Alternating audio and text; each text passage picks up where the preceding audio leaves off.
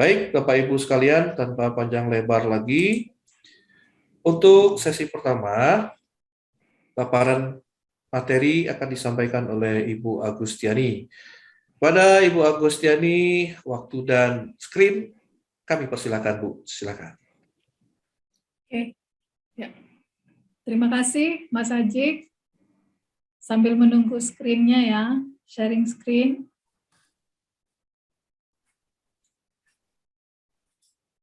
Ya, salam kenal Bapak Ibu sekalian. Nama saya Agustiani Situmorang. Kalau lihat dari belakang namanya pasti sudah tahu saya datangnya dari mana ya. Tapi jangan salah, hanya namanya saja yang dari sana. Tapi saya sudah kelahiran Riau. Ya, saya lahir di belakang Padang, ya pulau kecil di Batam. Kalau ada yang sudah pernah ke sana, saya lahir di sana. Karena dulu mengikuti bapak yang tugas ya, ayah saya tugas sampai ke sana dan saya lahir di sana, sekolah sampai kelas 2 SD di sana. Setelah itu saya pindah ke Tanjung Pinang. Jadi saya berkutat di Kepulauan Riau. Oke, saya bergabung dengan Tunas Karya itu dari tahun 2004 ya, mulai menghandle di outsourcing ketika masa dulunya ya, pernah kita handle sampai 3.000 karyawan ya. Kita handle dari mulai rekrutmennya sampai kepada proses akhir dari kerjanya. Lalu kemudian sampailah saya di saat ini di Departemen Hubungan Industrial. Ya, kami khusus menangani masalah-masalah ketenagakerjaan, khususnya yang ada kaitannya dengan perselisihan ya. Ya, dengan perselisihan karyawan, dan itu khusus untuk di Batam Kuning, di Muka Kuning Batamindo, tetapi juga ada di beberapa perusahaan di luar Batam. Saya pikir itu saja perkenalan diri saya, ya. Biar kita mulai, karena waktu juga sudah kejar-kejaran. Saya yakin Bapak Ibu ada waktunya sangat sibuk ya, sehingga kami sangat menghargai waktu kehadiran Bapak Ibu dalam acara ini. Untuk itu kita bisa mulai saja. Oke, kalau kita mendengar kata-kata outsourcing ini, ke Bang Sri ya kita pasti teringat dulu beberapa tahun yang lalu ya, sebelum tahun 2012 itu outsourcing ini sangat banyak dipakai oleh banyak perusahaan ya, terutama di dalam Muka Kuning sendiri. Ya, karena sekalipun waktu itu ya, kalau kita lihat berdasarkan Undang-Undang 13 nomor Undang-Undang 13 tahun 2003 itu masih ada pertentangan ya tentang apakah outsourcing boleh atau tidak, core non core ya. Tetapi walaupun demikian sudah banyak perusahaan yang melakukan untuk mempekerjakan pekerja lewat outsourcing. Nah, pertanyaan sekarang adalah boleh nggak sih kita pakai outsourcing? Ya. Oke, Mas Dudi, ini ya, Ibu. Sudah bisa di ini? Oh, next ya, Bu ya. Oh ya. Ya. Oke, dasar hukumnya outsourcing atau alih daya ya, karena di dalam Undang-Undang Cipta Kerja nomor 11 tahun 2020, begitu juga dengan PP 35, itu outsourcingnya diganti dengan nama alih daya, pekerja alih daya. Jadi mungkin kita harus membiasakan mulai menggunakan dan mendengarkan kata-kata alih daya, ya, karena itu adalah istilah yang dipakai secara legal oleh undang-undang kita ya. Mungkin yang di bawah itu peraturan pemerintah nomor 35 tahun 2021 ya, mungkin ini ada kesalahan, maaf, bukan 2011 ya, tapi 2021. Yang pertama itu tadi Undang-Undang Cipta Kerja nomor 11 tahun 2020, lalu peraturan pemerintah nomor 35 tahun 2021 ya, bukan 11. Kemudian keputusan Mahkamah Konstitusi ya nomor 27 tahun 2011 dengan surat edaran Menaker Trans nomor 13 tahun 2012. Jadi SE ini adalah mengenai keputusan Mahkamah Konstitusi. Nah, bagaimana selanjutnya, Mas Rudi? Oke, nah sebelum kita masuk ya, ini dia pengertian alih daya ya. Ini saya ambil saja secara simpelnya dari Wikipedia ya. Alih daya atau bahasa Inggrisnya outsourcing itu adalah pemindahan pekerjaan ya dari satu perusahaan ke perusahaan lain. Itu yang paling sederhananya ya. Jadi kita memberikan pekerjaan kepada perusahaan lain untuk mengerjakan pekerjaan yang ada di perusahaan kita. Ya, hal ini biasanya dilakukan untuk memperkecil biaya produksi atau untuk memusatkan perhatian kepada hal utama dari perusahaan tersebut. Jadi, dengan mengoutsourcekan atau memberikan sebagian pekerjaan kepada perusahaan lain, perusahaan didapat berkonsentrasi fokus pada apa yang akan dikerjakan, sehingga hal-hal strategik bisa menjadi perhatian dari perusahaan.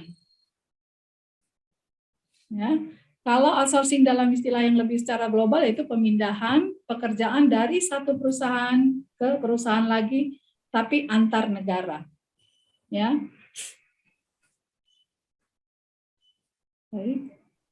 Mungkin kalau outsourcing ini atau alih daya ini dulu-dulunya sebelumnya itu banyak dilakukan oleh perusahaan-perusahaan Amerika ya, ketika mereka meng-hire tenaga-tenaga IT yang berasal dari India. Ya, awalnya mungkin seperti itu, lalu kemudian dari perusahaan-perusahaan offshore, perusahaan tambang, nah mereka banyak mempekerjakan pekerja dari perusahaan alih daya. Lanjut, Mas Dudi. Nah, ini adalah saya mengutip apa yang dikatakan Peter Drucker, do what you do best and outsource the rest. Jadi, kita lakukanlah yang terbaik yang bisa kita lakukan sehingga kita fokus pada bidang yang kita kerjakan dan serahkan sebagian atau seluruhnya yang lain kepada perusahaan yang bisa mengerjakannya. Jadi perusahaan tidak perlu lagi repot-repot mengerjakan seluruh proses di dalam perusahaannya, tetapi fokus pada satu atau beberapa bagian yang penting, yang kita yakin kita mampu bisa lakukan dan itu berdampak sangat signifikan untuk pengembangan perusahaan lebih lanjut. Oke, nah ini dia. Kalau kita lihat tadi dasar hukum untuk penggunaan alih daya atau outsourcing ini itu memang hanya ada tinggal beberapa ya, artinya dengan adanya Undang-Undang Cipta Kerja, itu pemerintah mempermudah bagi perusahaan-perusahaan, pelaku-pelaku bisnis untuk melakukan atau menyerahkan pekerjaannya kepada perusahaan yang dianggap kompeten untuk melakukan itu. Jadi semakin dipermudah, tetapi dengan catatan tetap mengikuti aturan yang berlaku ya. Nah, kalau di dalam Undang-Undang Cipta Kerja nomor 11 tahun 2020 itu kita bisa lihat nanti di pasal 66 ya. Kalau di PP 35 itu mulai dari pasal 19 sampai 20 itu nanti dapat kita lihat di situ tentang pengaturan tentang outsourcing atau alih daya ya. Nah, kalau di Undang-Undang 13 tahun 2003 itu pemerintah membedakan antara perusahaan pemborongan pekerjaan dengan penyedia tenaga kerja. Ya, kalau sebelumnya itu dibedakan. Sehingga kalau perusahaan yang mau memakai jasa alih daya atau outsourcing ini, perusahaan-perusahaan yang melakukan pemborongan pekerjaan itu harus masuk dalam asosiasi.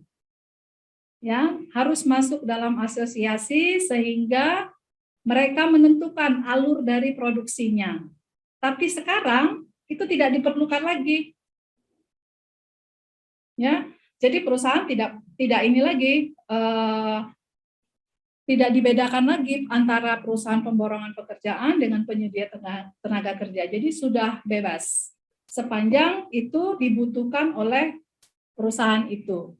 Ya, kalau dulu ya sebelum tahun 2020 itu hanya untuk pekerjaan utama atau yang kita sering dengar itu core bisnisnya yang utama. Ini yang selalu diperdebatkan oleh teman-teman serikat. Siapa sih yang bisa menentukan ini core atau tidak, apakah perusahaan punya hak atau tidak, ataukah serikat yang menentukan ataukah pemerintah. Ini dulu banyak ya, sehingga banyak mereka tidak senang dengan adanya outsourcing alih daya itu ya. Karena menurut mereka ini bukan core bisnisnya, sehingga tidak diperbolehkan untuk melakukan outsourcing. Kalau sekarang tidak, bisa saja pekerjaan utama dan bisa pekerjaan penunjang. Jadi sudah tidak ada lagi pembatasnya. Yang penting adalah mengikuti rule of the game-nya aja, apa yang sudah ditetapkan oleh pemerintah. Nah, kalau berdasarkan Undang-Undang 13 yang lalu, itu hanya dibatasi 5 jenis pekerjaan.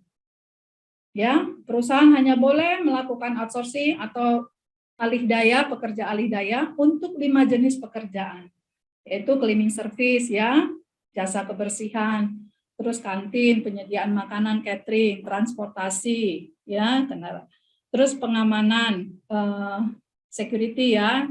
Kemudian jasa penunjang untuk di industri pertambangan.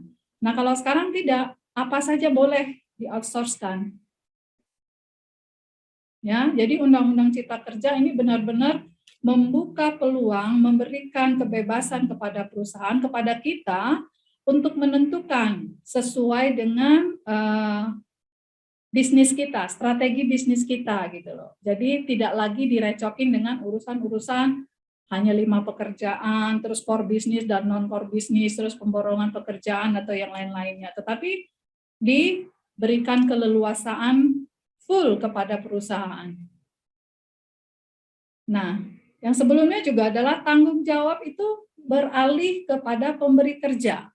Kalau sebelumnya berdasarkan Undang-Undang 13 dan berdasarkan peraturan penunjang lainnya, itu pemerintah mengatakan apabila terjadi peralihan hak perlindungan pekerjaan, kalau tidak ada di dalam perusahaan alih daya, maka dia akan menjadi tanggung jawab pemberi kerja. Ya, jadi tanggung jawabnya tetap ada di pemberi kerja. Tetapi kalau yang sekarang itu tidak. Tanggung jawabnya ada 100% di perusahaan alih daya. Jadi perusahaan pemberi kerja tidak lagi dapat dimintai tanggung jawab apapun. Ya, jadi cukup perusahaan pemberi kerja hanya memberikan pekerjaan saja kepada perusahaan alih daya. Selebihnya silakan perusahaan alih daya yang harus mengaturnya, termasuk dengan perlindungan peralihan apabila terjadi perubahan, peralihan dari perusahaan alih daya sebelumnya kepada perusahaan alih daya yang baru. Ya, jadi ini 4 hal yang harus kita perhatikan ya. Ini 4 hal di mana pemerintah memberikan keleluasaan, tetapi harus tetap berada pada rule of the game-nya. Lanjut, Bung Dudi. Oke, ini dia. Nah, pada prinsipnya, kalau berdasarkan Undang-Undang 20 atau berdasarkan PP 35, yang menjadi kunci utama adalah adanya perlindungan pekerja. Ya, perlindungan hak-hak pekerja ini menjadi yang utama. Nah, perlindungan pekerjaan itu ya terkait dengan upah dan kesejahteraannya, syarat-syarat kerjanya, pengalihan hak yang tadi saya sampaikan, apabila ada perubahan perusahaan alih daya di satu perusahaan itu ya. Terus apabila terjadi perselisihan, semuanya itu harus sesuai dengan ketentuan yang berlaku. Ya, jadi simpel ya Ibu-Ibu, kita dipermudah, tetapi tetap koridor-koridor hukumnya harus kita patuhi. Oke, next, Mas Dudi. Nah, ini. Nah, bagi Bapak Ibu yang menggunakan perusahaan alih daya, itu Bapak Ibu juga harus memastikan hal-hal berikut ya. Yang pertama, Bapak Ibu harus pastikan bahwa perusahaan itu harus berbadan hukum. Ya, berbadan hukum. Artinya bukan ini ya, bukan pribadi ya, harus berbadan hukum sehingga nanti dapat dipertanggungjawabkan. Ya. Kemudian memiliki izin usaha yang diterbitkan oleh pemerintah pusat. Ya. Kemudian, nah, syarat dan tata cara perizinan diatur di dalam peraturan pemerintah. Nah, kalau yang ini, yang nomor 3 ini, aturannya ini belum keluar ya, Ibu Bapak Ibu ya. Ini, tata caranya ini belum, tetapi sepanjang dia sudah memiliki ini, ya kita sudah bisa. Ini mungkin teknisnya saja, ini masih, ini tidak ini ya, karena kalau ini sudah izinnya sudah dikeluarkan, otomatis pemerintah sebenarnya kita sudah memenuhi syarat dan tata cara nanti. Artinya ada kelengkapan dokumen yang harus dipersiapkan atau disiapkan oleh perusahaan alih daya tersebut. Lalu hubungan kerja pekerja di perusahaan alih daya itu bisa bersifat PKWT atau PKWTT dan harus tertulis ya Bapak Ibu. Khusus untuk yang di alih daya ini harus tertulis. Ya. Jangan tidak ya Bapak Ibu. Jadi nanti kalau Bapak Ibu menggunakan ya Bapak Ibu harus sekali-sekali melakukan audit pada perusahaan alih daya itu. Ya, supaya Ibu memastikan bahwa Ibu mengengage.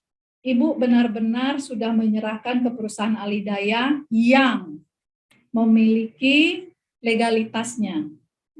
Di samping kemampuan ya, kemampuan secara finansial, ibu-ibu dan bapak-bapak juga harus memastikan legalitasnya dari perusahaan alih daya tersebut. Oke, silakan Mas Dudi. Berikutnya itu perlindungan hak pekerja. Nah, ini yang tadi saya sampaikan ya Bapak Ibu. Hak pekerja ini apa saja? Ya, hak pekerjanya kalau dia PKWT berarti ada nanti hak pekerja yang sifatnya yang kita sebut dengan uang kompensasi. Kemudian gajinya tidak boleh di bawah UMK ya Bapak Ibu. Terus kemudian kalau ada lemburnya harus kita bayar. Syarat-syarat kerjanya juga harus dipenuhi. Ya, ini mengenai misalnya menganut sistem 5 hari kerja atau 6 hari kerja ya. Dan kemudian perselisihan.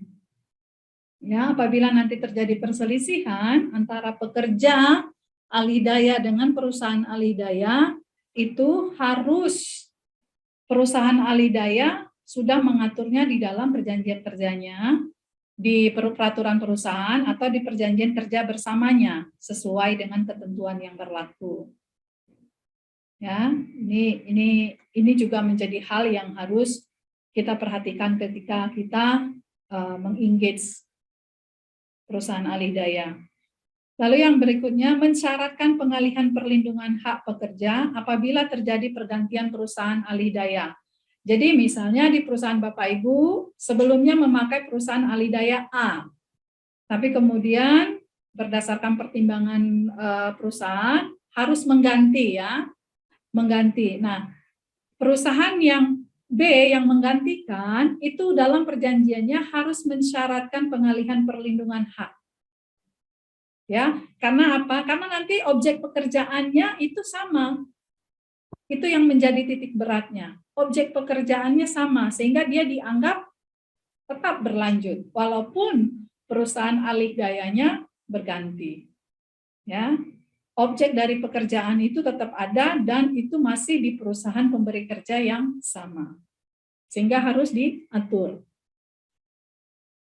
Ya, kita harus pastikan walaupun nanti tanggung jawabnya tidak lagi kepada pemberi kerja tetapi sudah kepada perusahaan alih daya, tetapi perusahaan wajib memastikan itu ada.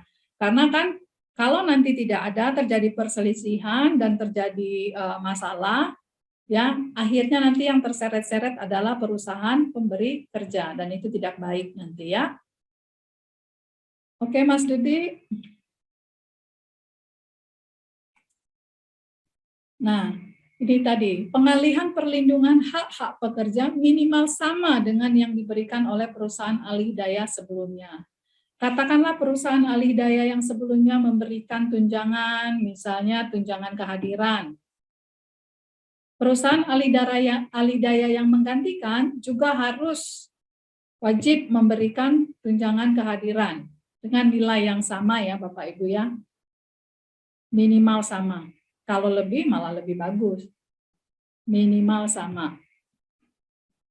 Kemudian dalam hal pekerja PKWT tidak memperoleh jaminan kelangsungan bekerja, perusahaan alih daya yang bertanggung jawab atas pemenuhan hak-hak pekerja tersebut. Ya ini tadi. Jadi perlindungan pengalihan hak itu sangat penting. Ya, jadi kalau pekerja PKWT-nya tidak memperoleh jaminan kelangsungan bekerjanya, perusahaan alih daya yang akan bertanggung jawab untuk pemenuhannya.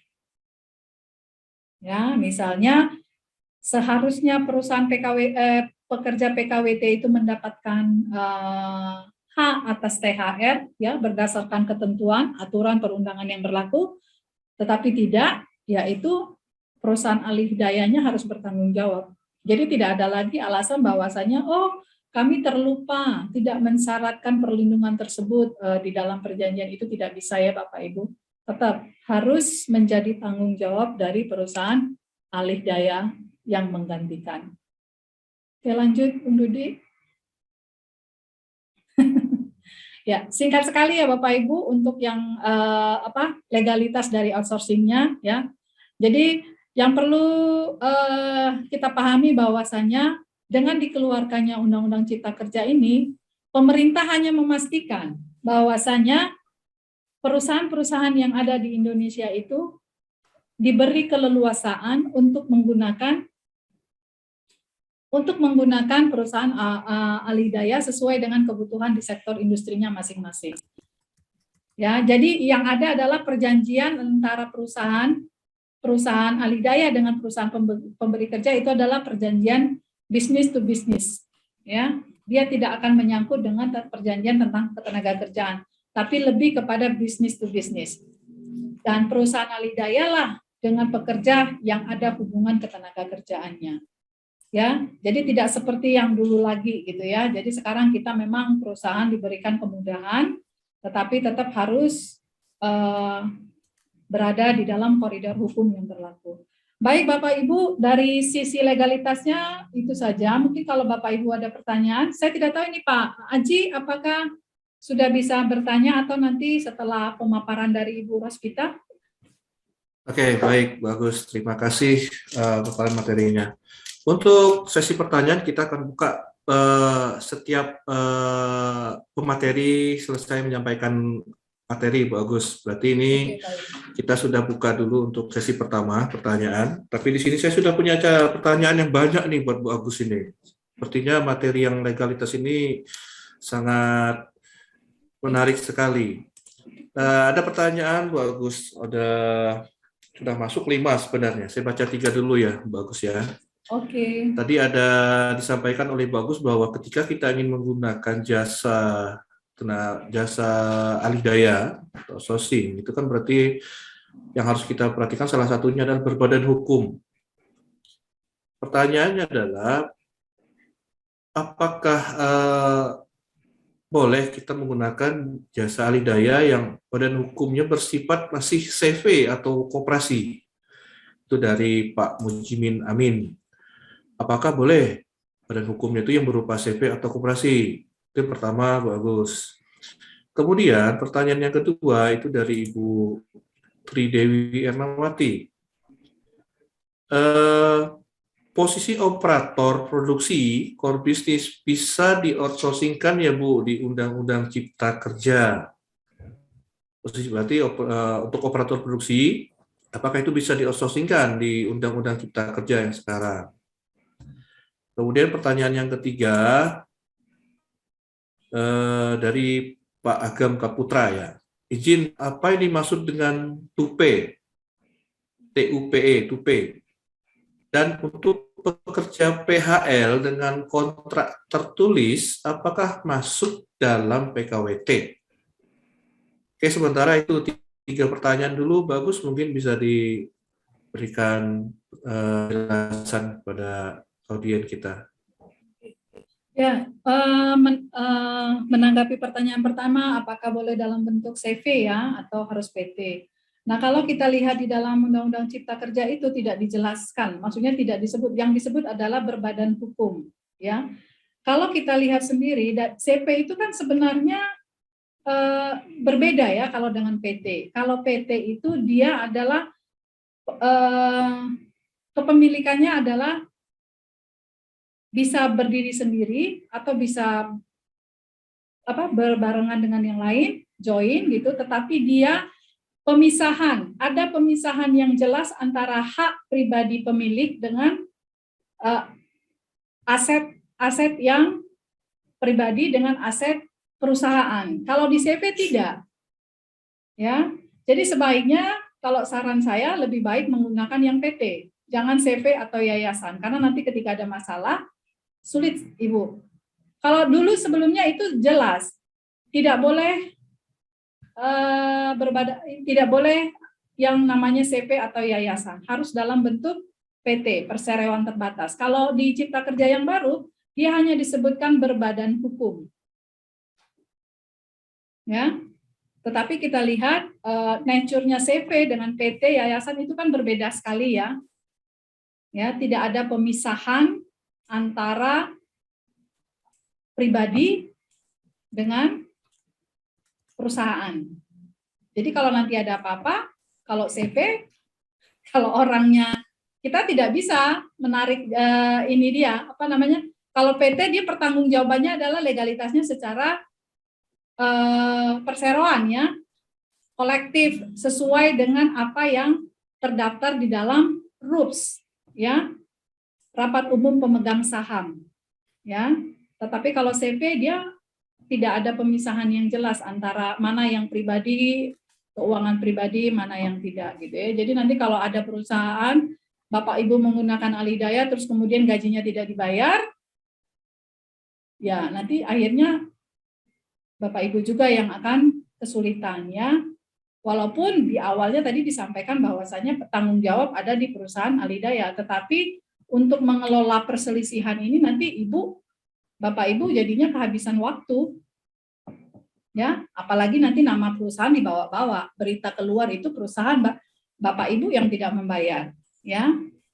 Lalu pertanyaan keduanya tadi tupe ya, Aji ya. Yang ini dulu bagus ya, apakah pekerja operator core bisnis itu bisa diasosiasikan di Undang-Undang Cipta Kerja ini? Kalau lihat dari aturan yang berlaku saat ini sudah bisa, Ibu. Justru tidak ada masalah karena sudah tidak dibedakan lagi. Jadi 5 jenis pekerjaan yang sebelumnya itu sudah tidak ada. Artinya semua pekerjaan sudah bisa di-outsource-kan, dialihkan kepada perusahaan alih daya. Kita sudah bisa mempekerjakan pekerja alih daya. Jadi nggak ada masalah, Ibu. Tinggal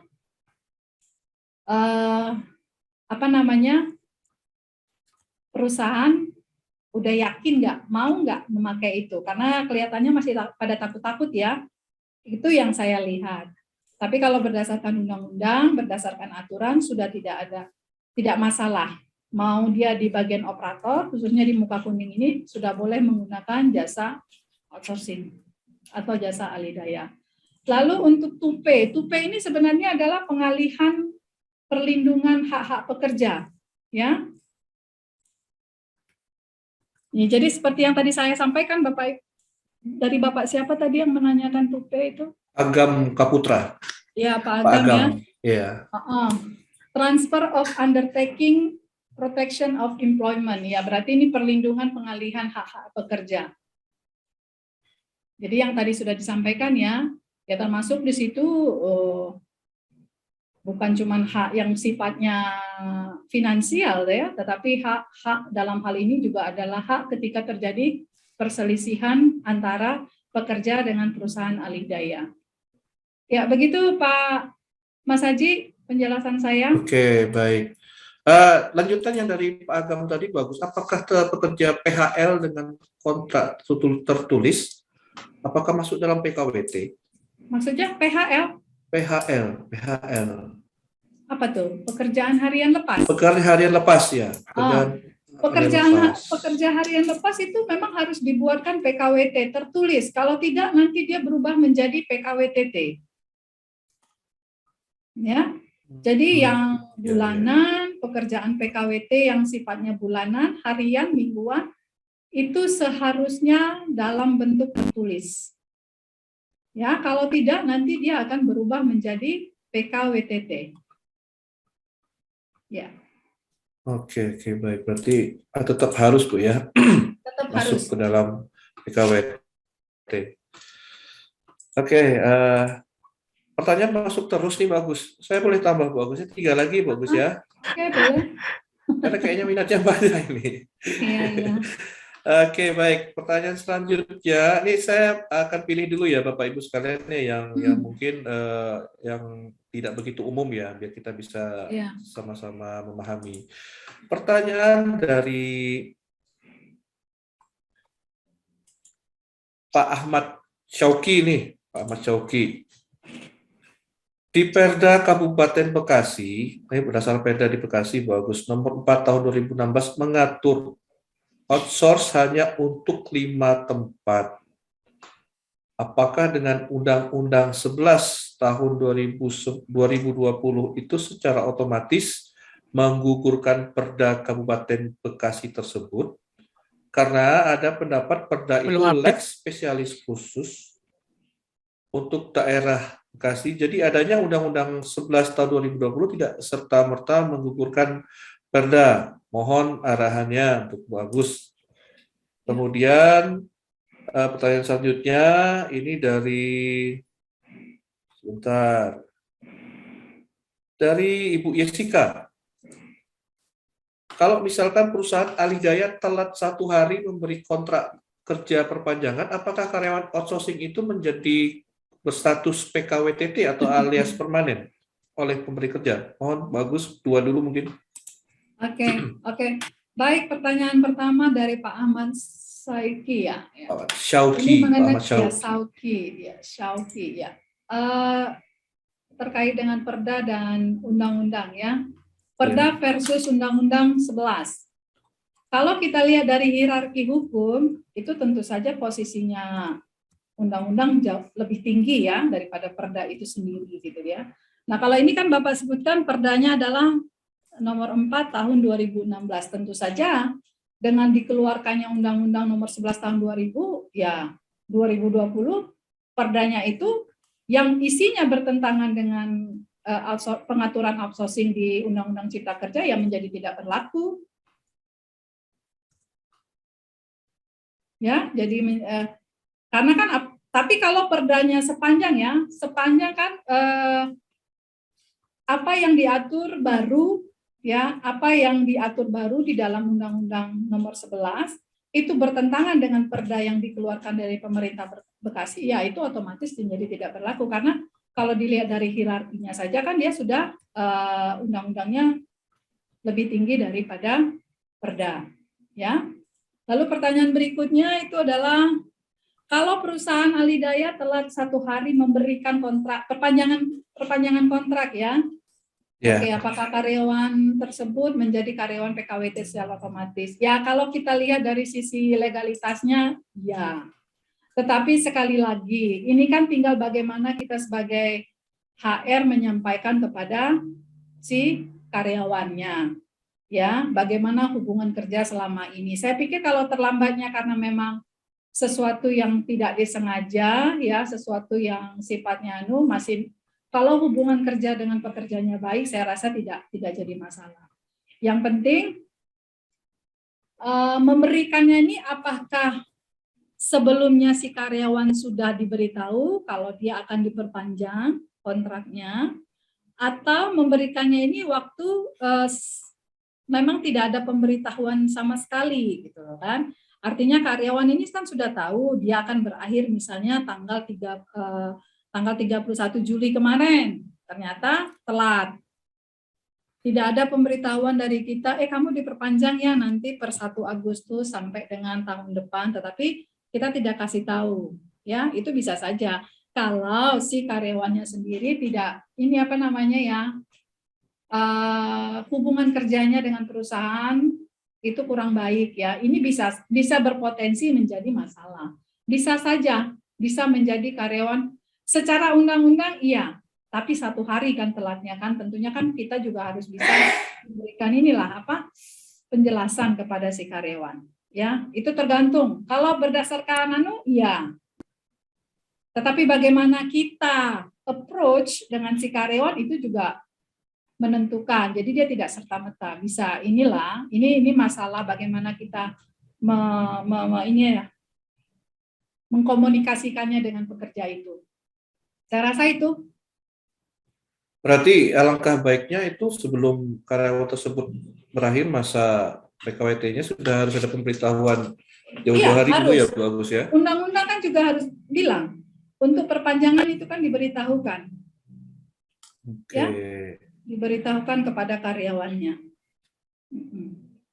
Jadi kalau cuma ya udah dikasih tahu terus kemudian masalahnya cuma tinggal dokumentasi ya saya pikir itu tinggal bagaimana kita mengkomunikasikan aja. Ya, tetapi prinsipnya kalau berdasarkan undang-undang pada saat perpanjangan kita wajib memberitahu kepada karyawan yang bersangkutan. Tapi untuk pengakhiran kontrak tidak perlu karena kan para pihak sudah tahu kapan kontrak saya berakhir, kapan PKWT saya berakhir gitu loh kan. Ya, begitu Mas Haji. Oke, baik. Bagus, sebenarnya pertanyaannya banyak ya yang masuk ya. Saya hitung nih lebih dari selusin ini. Tapi mungkin kita lanjut dulu atau kita masuk ke materi berikutnya. Mungkin satu ini ya pertanyaan dari Bu Yeti Usman ya. Sebenarnya tukang sapu apakah boleh di pekerja harian secara terus-menerus? Mungkin saya jawab ini ya. Iya. Boleh ya? Mas Haji, ya, moderator. Silakan bagus. Ya, kalau kita lihat di dalam PP 35 ya tahun 2021 itu pekerja harian kan tidak boleh kurang dari 21 hari dalam 1 bulan dan tidak boleh terus-menerus selama 3 bulan. Itu aja diikutin. Karena nanti kalau tidak dia jadi permanen. Ya, syarat untuk pekerja harian itu kan pekerjaannya yang tidak tetap sifatnya, volumenya berubah-ubah ya. Jadi undang-undang memperbolehkan kurang dari 21 hari setiap bulannya dan tidak boleh lebih dari 3 bulan secara terus-menerus. Ya. Jadi namanya juga harian. Kalau nanti Ibu terus-menerus berarti dia sifatnya tetap pekerjaannya. Berarti tidak boleh PKWT harian, tidak boleh juga PKWT bulanan. Dia harus menjadi PKWTT. WTT. Ya, karena sifatnya jadi dianggap terus-menerus. Ibu ganti aja orangnya. Ya, sudah 3 bulan, Ibu ganti orangnya. Nanti ya berapa lama lagi kalau balik lagi gitu loh. Tapi kasihlah waktunya, jedanya gitu ya. Karena dia harian Ibu. Kalau yang PKWT bulanan ya, itu kan sama undang-undang diperbolehkan dengan perpanjangan maksimal 5 tahun ya. Jadi kita nggak seperti dulu lagi 2 tambah 1. Kontrak pertama maksimal 2 tahun, diperpanjang hanya boleh 1 kali selama 1 tahun. Kalau sekarang tidak. Undang-undang memberikan waktu 5 tahun. Boleh dipakai terserah. Mau kontrak pertama 5 bulan pertama, kemudian diperpanjang 2 tahun, kemudian diperpanjang 1 tahun, kemudian diperpanjang 3 bulan, boleh. Sepanjang akumulasinya adalah 5 tahun.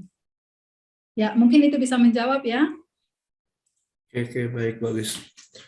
Nah saya dapat wangsit dari hostnya nih. Ternyata sesi tanya jawab masih panjang, Bu Agus. Nah, masih panjang. Masih panjang, Bu Agus. Jadi Bu Agus harus siapkan tenaga ini. Oke, baik. Lanjut pertanyaan berikutnya yang ada 2 pertanyaan yang mungkin selaras yang bisa saya rangkumkan. Pertanyaannya ini dari Bapak Ibu nih, Andip ya.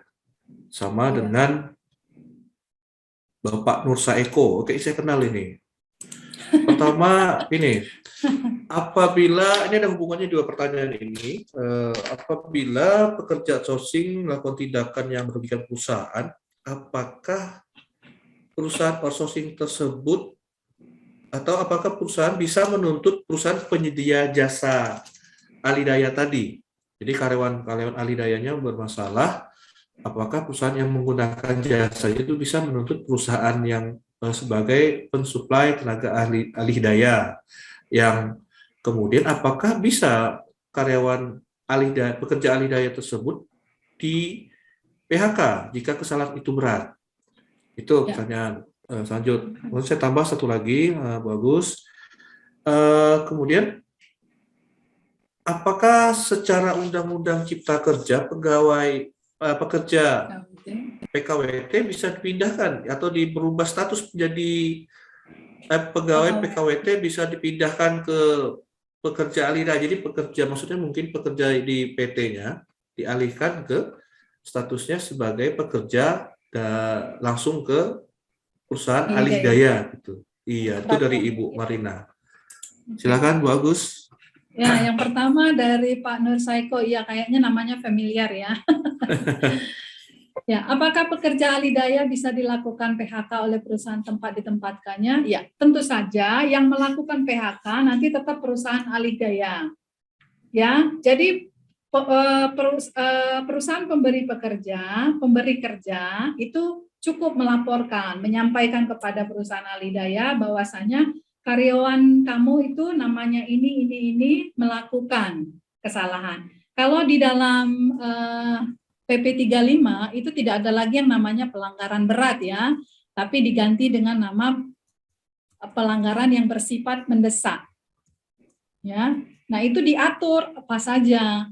Nah, kemudian di dalam perjanjian kerja juga nanti perusahaan ahli daya sebaiknya membuatkan klausul tambahan di dalam PK-nya itu bahwasanya karyawan ini juga di samping harus mentaati aturan-aturan yang ada di perusahaan ahli daya di mana dia ada hubungan kerja, itu juga harus mentaati aturan yang ada di perusahaan di mana dia ditempatkan gitu loh. Jadi nyambung gitu. Nah, tinggal nanti kita definisikan apa yang disebut dengan pelanggaran yang bersifat mendesak. Itu bisa di PHK.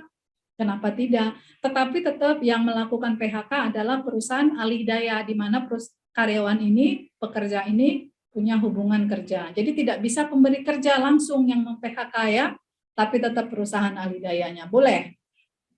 Panjang semuanya jelas. Lalu yang berikutnya tadi, yang apakah perusahaan pegawai PKWT bisa dipindahkan ke pegawai ahli daya? Bisa, kenapa tidak? Tapi selesaikan. Ya, misalnya PKWT-nya masih ada masanya. Jadi ini bicarakan. Ya, apakah perusahaan mau membayar semuanya dulu, kemudian dialihkan perusahaan ahli daya, atau lanjut? Ya, kalau lanjut berarti nanti tinggal dibuat mekanismenya seperti apa. Lalu bikin kesepakatan antara pekerja PKWT-nya dengan perusahaan pemberi kerja, kemudian dengan perusahaan ahli daya. Sehingga statusnya karyawan ini menjadi jelas, pekerja ini menjadi jelas. Karena ini kan ada hubungannya nanti dengan perlindungan hak-haknya. Dapat ya Bapak Ibu, tapi dibuatkan perjanjiannya. Seperti PB lah, persetujuan bersama. Ya. Itu ya. Oke. Berarti kalau mau di ya, selesaikan dulu ya, itu bagus ya. Ya. Oke, baik. Pasti ada waktu nih, pertanyaannya makin lama makin seru nih, bagus. Sebentar, saya buka kembali. Nah, ini ada pertanyaan dari Pak Oki Hendrawan ya, Pak Oki Hendrawan. Izin bertanya terkait PKWT. Jika putus kontrak atau tidak dilanjutkan untuk PKWT 1 tahun, apakah uang kompensasi tetap menjadi hak karyawan atau bagaimana ya Bu? Mohon penjelasan. Jadi jika putus kontrak atau nggak dilanjutin untuk PKWT 1 tahun, apakah uang kompensasi itu tetap harus dibayarkan ke karyawan yang bersangkutan? Kemudian pertanyaan selanjutnya dari Abi Salsa, Pak atau Ibu ini ya. Mau nanya, di dalam PKWT outsourcing, apabila ada karyawan outsourcing yang cuti atau sakit, kan perlu ada tenaga reliever atau backup ya, tenaga backup lah yang diambil dari karyawan yang off. Pertanyaannya apakah itu diperbolehkan ambil tenaga backup dari yang libur maksudnya. Jika boleh hitungannya apakah dihitung lembur? Lalu kalau misalkan dari perusahaan sudah menentukan nilainya, apakah itu boleh? Mohon penjelasan Bu Agus. Jadi dua dulu Bu Agus.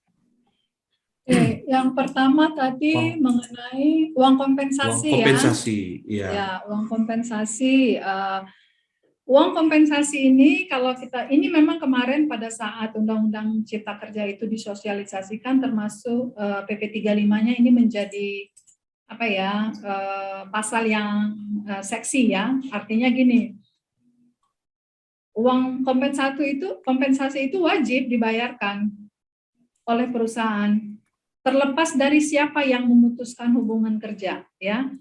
Uang kompensasi ini berbeda dengan uang penggantian hak karena kontraknya belum selesai. Ganti rugi, beda ya. Kalau ganti rugi kan siapa yang memutus hubungan kerja, dialah yang berhak menggantikan, wajib menggantikan. Tapi kalau uang kompensasi tidak, pihak, dia tidak disebutkan itu pihak. Jadi siapa saja, kalaupun pekerja yang memutuskan, ya perusahaan tetap harus bayar. Perusahaan yang memutuskan, perusahaan juga tetap harus bayar. Karena uang kompensasi ini, ya kalau saya ikutin dulu waktu sosialisasi Undang-Undang Cipta Kerja oleh Kemenaker, itu diberikan karena si karyawan sudah bekerja. Jadi menghargai apa yang dia sudah kerjakan gitu loh. Jadi berbeda dengan ganti rugi. Jadi tetap ya Pak ya, di uang kompensasi. Kecuali Bapak sebagai perusahaan alih daya atau sebagai perusahaan sudah membuat di dalam PK-nya bahwasanya apabila karyawan melakukan pelanggaran yang bersifat mendesak, ya, seperti misalnya mencuri, ya, berbohong, maka perusahaan dapat melakukan PHK tanpa harus membayar uang kompensasi. Itu bisa, karena itu dimungkinkan di dalam PP 35. Ya. Jadi kalau di Undang-Undang 13 itu di pasal 61 itu kan dijelaskan melanggar peraturan yang dibuat oleh perusahaan berdasarkan PK, PP atau PKB. Nah, untuk menghindari ini, perusahaan sebaiknya juga membuat di dalam perjanjian kerjanya, kalau nanti pekerja itu melakukan pelanggaran yang bersifat mendesak, maka perusahaan berhak melakukan PHK tanpa membayar uang kompensasi. Bisa. Bahkan juga tidak perlu bayar ganti rugi sisa kontraknya. Tapi harus dicantumkan, kalau tidak ya tetap harus bayar uang kompensasinya. Kemudian juga misalnya apabila karyawan sudah diberikan peringatan 1, peringatan 2, peringatan 3, tapi masih melakukan kesalahan, terus perusahaan mau PHK, boleh, dia tidak dapat uang kompensasi. Itu harus dibuat di dalam perjanjian kerjanya ya Bapak Ibu. Lalu yang berikutnya Mas Haji mengenai tenaga backup. Tenaga backup. Ya. Kalau ini berarti masalahnya ada di perusahaan alih daya. Ya, tinggal tergantung Bapak Ibu bagaimana perjanjian Bapak Ibu dengan perusahaan pemberi kerja ya. Ini B2B lah, B2B bisnis. Jadi kalau di dalam perjanjian kerjanya itu, perjanjian kerjasama ya, maksudnya perjanjian kerjasamanya itu ditetapkan bahwasanya kalau nanti ada yang tidak masuk karena sakit, karena absen, berarti perusahaan alih daya harus memberikan pekerja backup, buffer namanya ya, istilahnya itu buffer. Ya, karyawan buffernya untuk menghandle pekerjaan karyawan yang tidak masuk itu silakan. Nah, bagaimana nanti perhitungannya? Ya, itu disepakati aja di dalam perjanjian kerjasama antara perusahaan pemberi kerja dengan perusahaan alih daya. Nah, Bu Agus, kalau bicara pembayaran uang kompensasi, mungkin tadi juga ada sambungannya sebenarnya. Yang wajib membayar uang kompensasi itu ketika perusahaan menggunakan tenaga alih daya, itu yang wajib membayar siapa? Apakah perusahaan alih dayanya, tetapi tentunya perusahaan alih dayanya. Tapi kan ini kan juga kan harus disepakati di dalam perjanjian kerjasama antara perusahaan alih daya dengan perusahaan pemberi kerja. Ya bagaimanapun kan perusahaan alih daya kan harus mengikuti ketentuan yang berlaku. Ya kan? Undang-undang kan mengatakan bahwasanya perusahaan wajib membayar uang kompensasi pada pekerja PKWT. Ya kan? Berarti ini juga harus menjadi klausul yang ada di dalam perjanjian kerjasama. Ya, B2B-nya harus dibicarakan. Tetap harus ya, enggak fair dong ya. Aturan sudah bilang gitu, terus kemudian tidak dilaksanakan, itu juga nggak benar gitu ya. Kita harus membayarkan. Nah itu intinya tadi perlindungan hak-hak pekerjanya harus dipastikan. Oke. Untuk pekerja harian lepas itu apakah punya hak cuti mungkin Bu Agus? Karena kan banyak nih yang banyak status PHL tapi masih jadi polemik nih masalah cuti tahunannya gitu. Ya. Nah, namanya juga cuti tahunan, berarti kan dia harus bekerja minimal, kalau undang-undang bilang kan bekerja 12 bulan berturut-turut secara terus-menerus baru mendapatkan hak cuti selama 12 hari.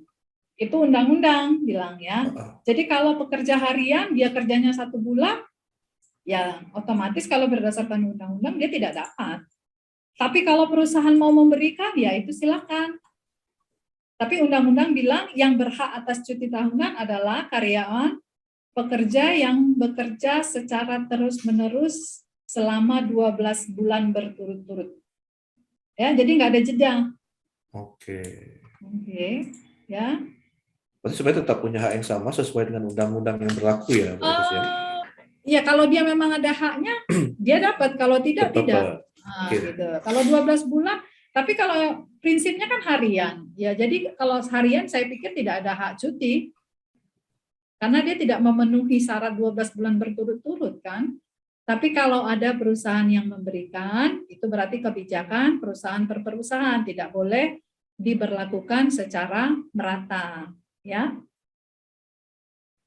Oke, satu pertanyaan terakhir sebelum sesi tanya jawab untuk materi pertama kita tutup sementara, Bu Agus. Ya.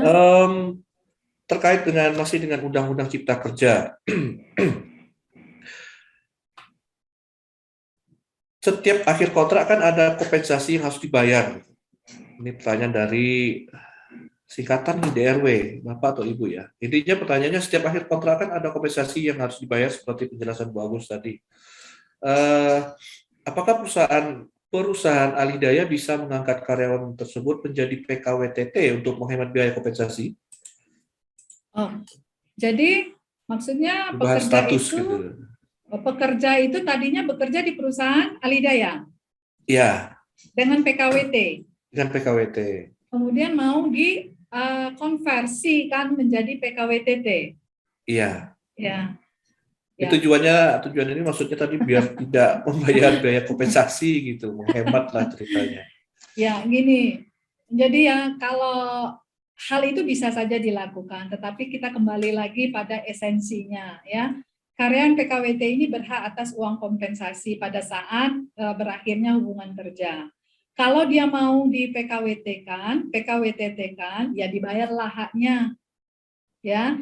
Karena kalau nanti uang kompensasinya itu tidak dilakukan pembayaran, terus kemudian dia langsung dikonvers menjadi PKWTT, ini akan timbul nanti potensi masalah, ya.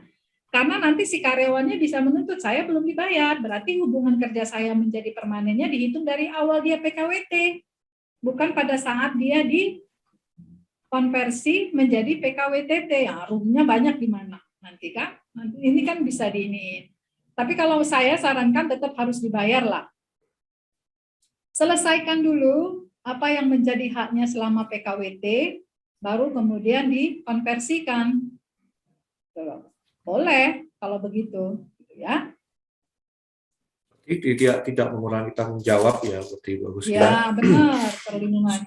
Toh nanti kalau jadi perselisihan juga jadi akan tambah panjang ya, akan runyam kalau menurut saya. Ya kalau mungkin pada saat anaknya masih bekerja, mungkin dia diam-diam saja, nggak ada masalah. Tapi nanti terjadi, misalnya perusahaan harus mem-PHK dan dia termasuk itu salah satunya, ya nanti bisa saja hal-hal yang lama terungkit lagi, gitu loh. Ya, jadi dia dragging nanti masalahnya makin ini ke bawah-bawah gitu, terungkit gitu loh. Nah, akhirnya juga kan harus bayar nanti jadinya. Oke, baik.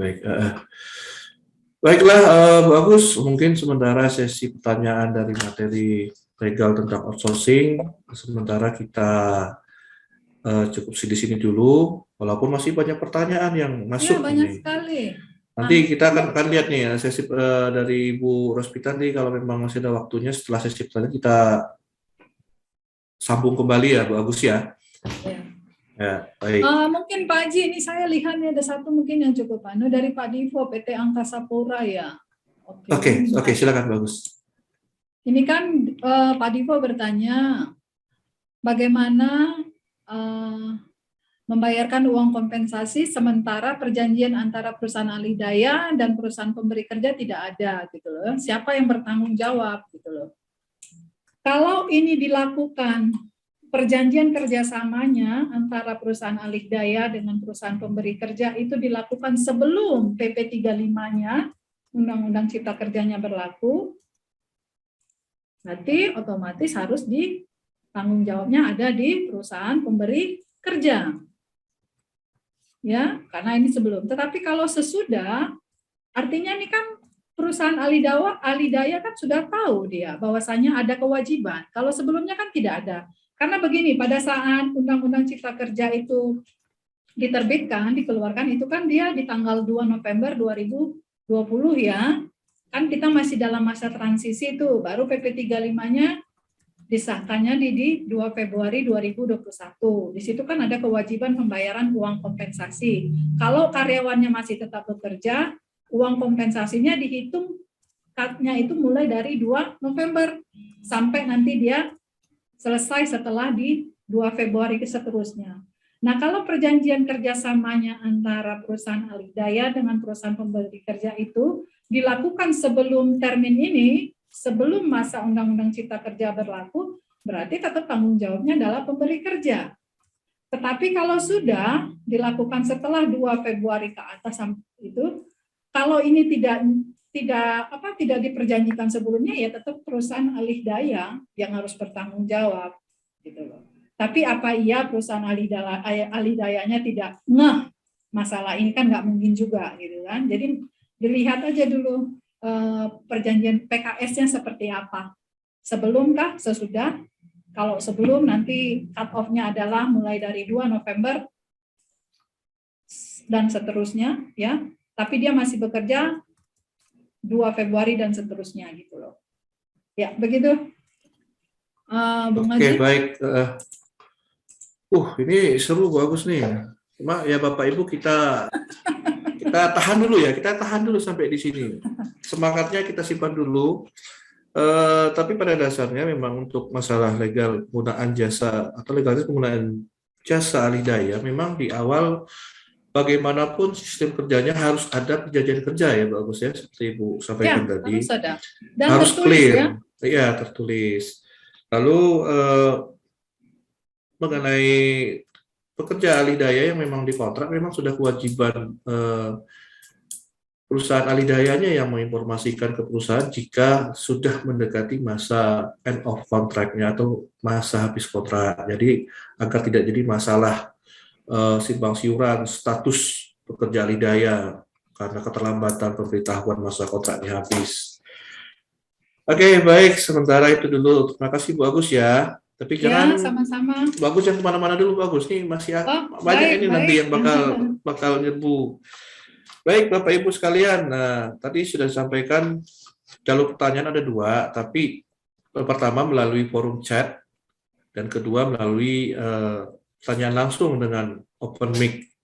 Jadi jangan malu, jangan ragu ya untuk pertanyaan langsung, atau tadi pertanyaannya dijawab oleh pemateri tapi masih mengganjal. Mungkin bisa diskusi langsung biar lebih asik, biar lebih hot lagi suasana kita pada siang hari ini. Oke. Materi pertama tadi sudah disampaikan oleh Bu Agustiani. Jalan-jalan ke pulau penyengat, perahu didayung laju jalannya, agar semua tetap semangat. Ayo bersama tepuk tangannya, walaupun mic-nya nggak nyala. Tepuk tangan dong. buah anggur, buah pepaya, pantun berikut di sesi selanjutnya. Udah cukup dulu. Baik, untuk sesi kedua, materi kita yang gak kalah cantiknya ini dari Kak Ros kami, ya selaku manajer di Departemen Manpower and Dormitory Service. Sekali lagi kami sampaikan kepada para peserta webinar kita pada hari ini, jika ada pertanyaan yang ingin Anda tanyakan bisa ketik di forum chat Zoom yang tersedia, atau mungkin pada saat sesi tanya jawab bisa langsung open mic atau on mic-nya untuk menyampaikan langsung pertanyaan, berikut juga dengan menanggapi jawaban yang diberikan oleh materi. Baik, untuk selanjutnya kepada Ibu Rospita, waktu dan layar kami persilakan. Oke, terima kasih Mas Haji. Terima kasih, selamat sore Bapak Ibu sekalian.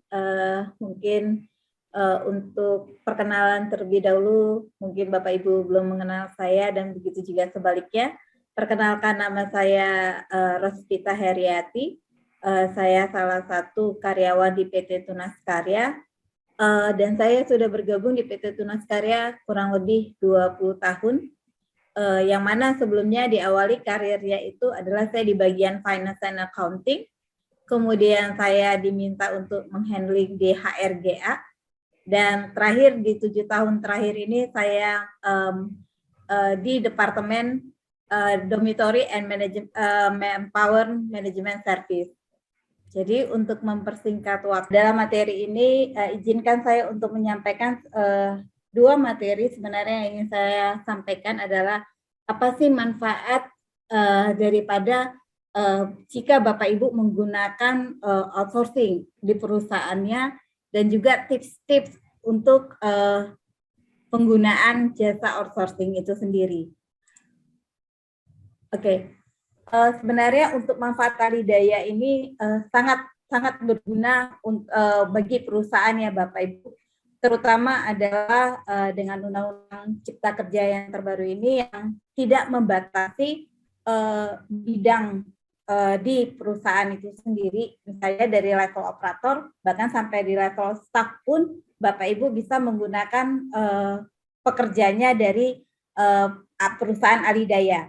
Yang pertama itu adalah meningkatkan efisiensi kerja sehingga perusahaan dapat fokus pada potensi sekaligus tujuan inti usahanya.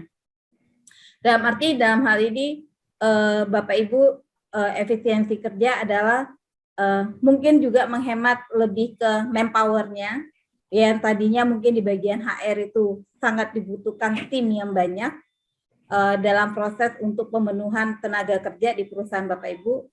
Nah, dalam hal ini sudah tidak usah repot-repot lagi untuk urusan-urusan yang memang bisa dialihkan ke perusahaan Alidaya, sehingga perusahaan Bapak Ibu sudah lebih fokus ke tujuan inti usaha, ke core bisnisnya.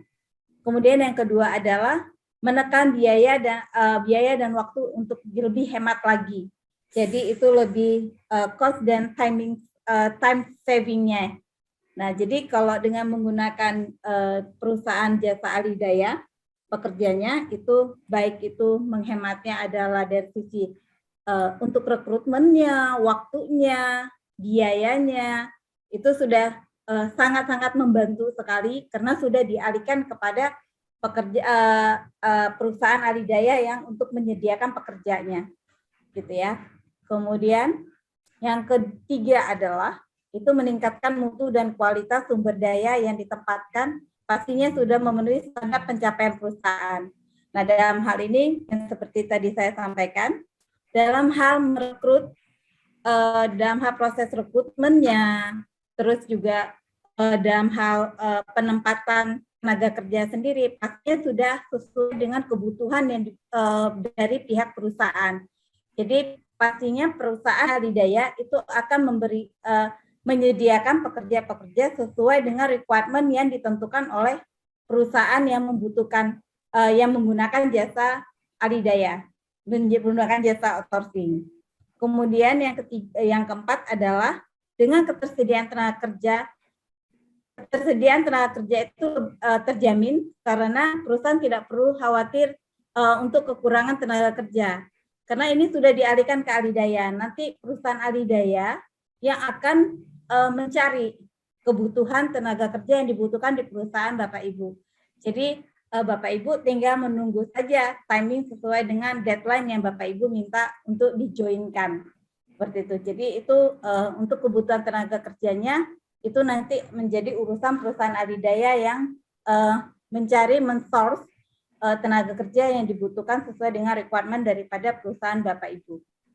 Kemudian itu adalah manfaatnya, itu perusahaan lebih responsif ya Bapak Ibu sebagai pemilik usaha, jadi lebih responsif terhadap segala perubahan yang terjadi dalam dunia bisnis. Jadi perusahaan tidak lagi memikirkan untuk hal yang kecil-kecil, karena sudah dialihkan kepada perusahaan outsourcing atau alidaya.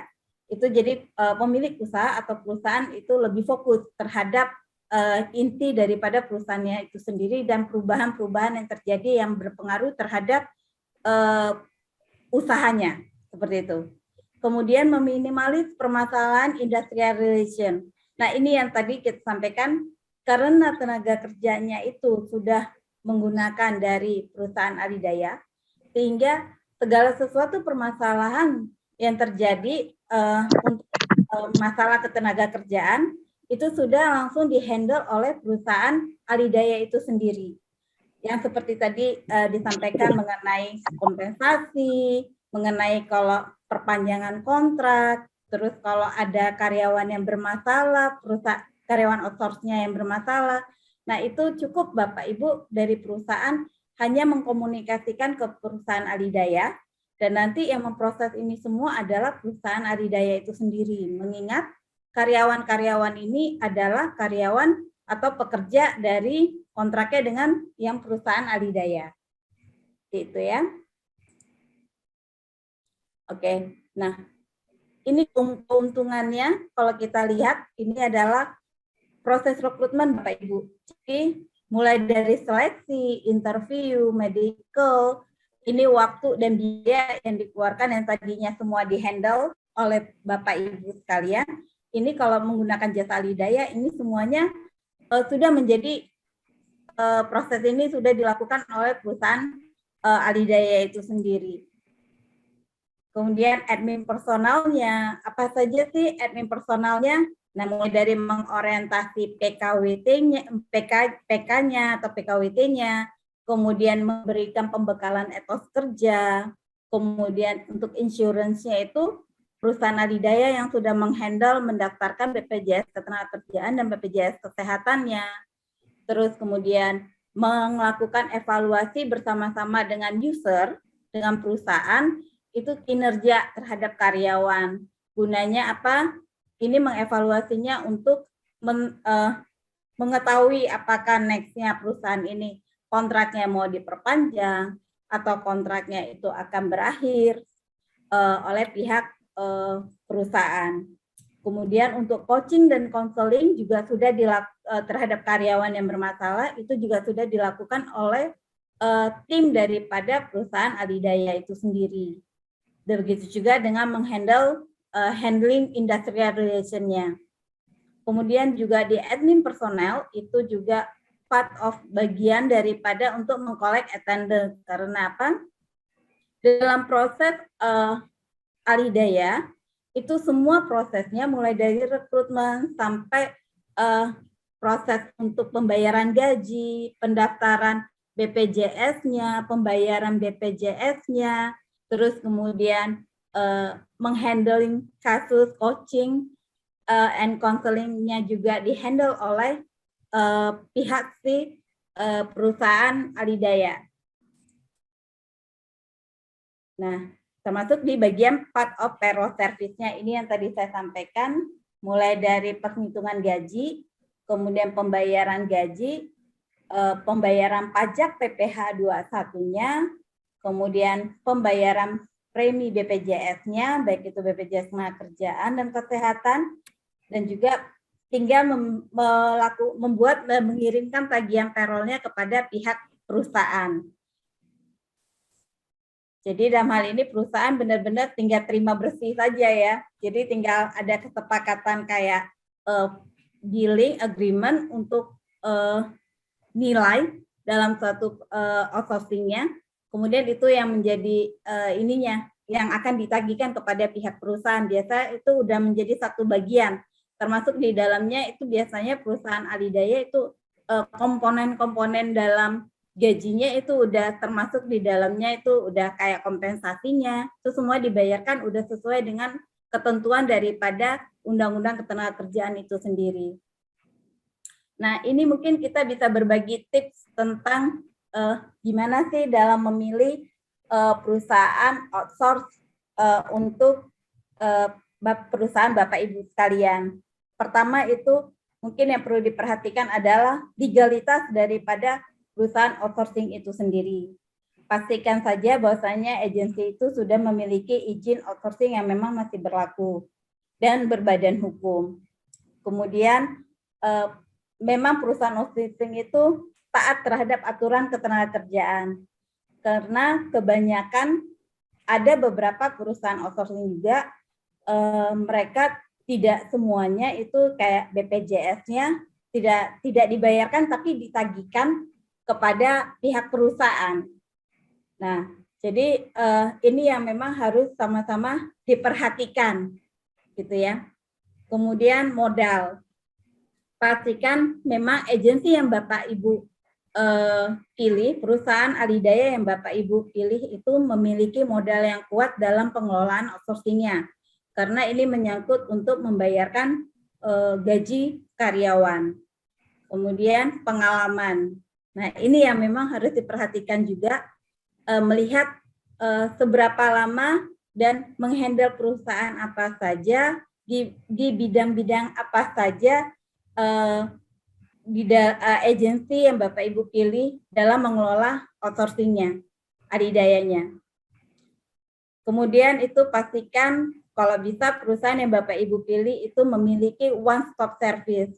Maksudnya adalah bahwasanya itu pertama dia bisa mensupply berbagai tenaga kerja di bidang apapun, mulai dari level operator mungkin sampai ke level staff untuk posisi di departemen manapun, istilahnya seperti itu ya Bapak Ibu.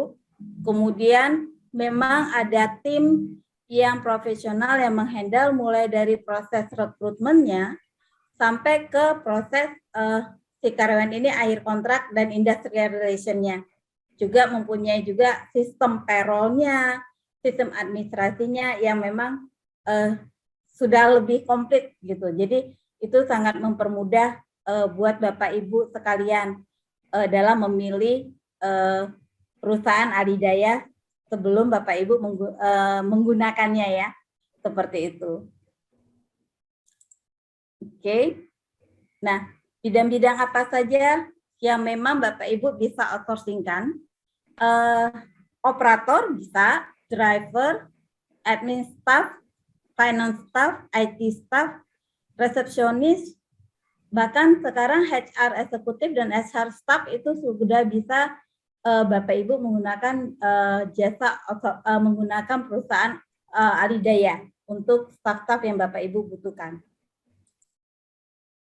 Oke, nah kalau Tunas seperti yang tadi disampaikan, kami sudah berpengalaman di dalam pengelolaan outsourcing jauh sebelumnya, gitu ya. Sebelum saya bergabung bahkan ini sudah kita lakukan dan kita sudah pernah mengelola ribuan orang di beberapa perusahaan yang ada di khususnya di Kota Batam dan sebagian besar ada di luar Kota Batam. Seperti itu Bapak Ibu, mungkin tips-tips dari kami buat Bapak Ibu yang memang berencana mau menggunakan, mulai mau menggunakan jasa outsourcing. Jadi jangan khawatir, jangan ragu-ragu, kalau memang itu sangat berguna untuk perusahaan Ibu Bapak dan membantu untuk mengurangi beban pekerjaan di perusahaan Bapak Ibu, itu bisa dialihkan sebagian pekerjaannya ke perusahaan alidaya. Jadi sebenarnya ini bisa dua sistemnya. Apakah yang menggunakan jasa alidaya ini adalah pekerjanya, Bapak Ibu meng-outsource tenaga kerjanya, manpower-nya, atau bisa juga dengan Mengoutsource adalah jenis pekerjaannya itu sendiri, memborongkan pekerjaannya itu sendiri yang ada di perusahaan Bapak Ibu. Jadi sebenarnya sistemnya itu bisa ada dua, manpower-nya atau dari sisi pekerjaannya, bidang pekerjaannya itu sendiri. Seperti itu. Oke, jadi bagi Bapak Ibu mungkin yang ingin bertanya lebih jauh tentang manpower service atau Alidaya, mungkin juga dapat mengkontak saya selaku manajer yang kebetulan menghandle untuk di Tunas Karya untuk yang perusahaan outsourcing-nya. Oke, mungkin itu aja dari saya, cukup singkat aja ya Mas Dudi karena mengingat waktu, dan mungkin juga bagi Bapak Ibu yang ingin bertanya lebih lanjut tentang Alidaya, itu mungkin bisa kita lanjutkan Mas Dudi. Oke, Mbak Pita. Karena saya yang dipanggil, makanya saya yang jawab ini Bang Haji. Monggo Bang Haji, monggo, silakan. Ya, Bang Haji, monggo. Saya nggak ngecek layar, terkira Mas Dudi lagi. Oke, terima kasih Bu Pita. Silakan Bapak Ibu yang punya pertanyaan sambil menunggu ya. Ada Pak Arnold tuh Bang, ini langsung raise silakan hand ini. Pak Arnold ya, Pak Arnold dari Amtek. Silakan Pak. Sebentar, Pak Arnold ya. Tunggu. Pak Arnold bisa langsung open cam. Kedengaran nggak suaranya? Oke, kedengaran Pak, silakan Pak. Baik, saya mau bertanya Pak. Ini kan kalau sistem dari outsourcing ini kan perusahaan terima bersih tuh. Ada. Kira-kira apa yang kalau terjadi atau timbulnya kerugian, itu bebannya ke siapa ya Pak? Yang diakibatkan oleh operator misalnya, atau pekerja yang lain yang kita outsourcing-kan misalnya gitu. Kita menggunakan jasa itu, terus ada kerugian yang timbul akibat itu. Itu jadi tanggung jawab siapa ya kira-kira Pak? Menurut pengalaman Bapak. Mungkin bisa dikasih contoh Pak, salah satu bentuk kerugian yang mungkin terjadi seperti apa Pak? Misalnya kerusakan barang. Ya, dari hasil produksi ada rusak barang yang secara sengaja yang dilakukan oleh karyawannya. Mungkin kalau tidak sengaja masih ada pertimbangan atau ada hal-hal yang lain, atau karena kelalaian dari karyawannya ada timbul kerugian. Itu kira-kira menjadi tanggungan siapa? Apakah kalaupun dimasukkan ke proses hukum, misalnya adanya pencurian, seperti apa proses hukumnya? Apakah kita terlibat dalam proses hukum tersebut, atau proses hukumnya yang akan dilaksanakan oleh perusahaan outsourcing tersebut? Berarti ini lebih ke kerugian yang disebabkan oleh human error ya Pak ya? Ya, bisa human error, bisa juga karena kesengajaan. Kesengajaan, oke. Ya, misalnya sakit hati atau dia pengen mengambil keuntungan gitu loh Pak. Wah, bisa sakit hati bahaya kan, nih Pak. Iya, misalnya dia di finance terus dia merugikan dengan cara apalah itu, dia dengan cara gimana yang mengakibatkan kerugian oleh perusahaan seperti itu. Oke, baik. Iya. Kita catat dulu dari Pak Arnold. Ya, kira-kira tanggung jawabnya seperti apa dari outsource gitu, kalau misalnya itu terjadi Pak. Siap. Terima kasih Pak Arnold. Oke Pak. Berikut dari Pak Ahmad Syauqi nih. Pak Ahmad Syauqi sudah mengatakan. Silakan Pak Ahmad Syauqi. Jangan lupa nyalakan mic-nya Pak.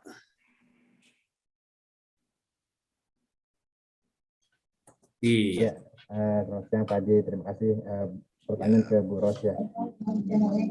Ini saya coba kasih ilustrasi dulu nih.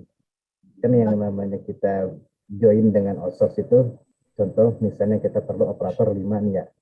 Operator 5. Kemudian salah satu di antara mereka misalnya sakit gitu ya. Sakit 3 hari.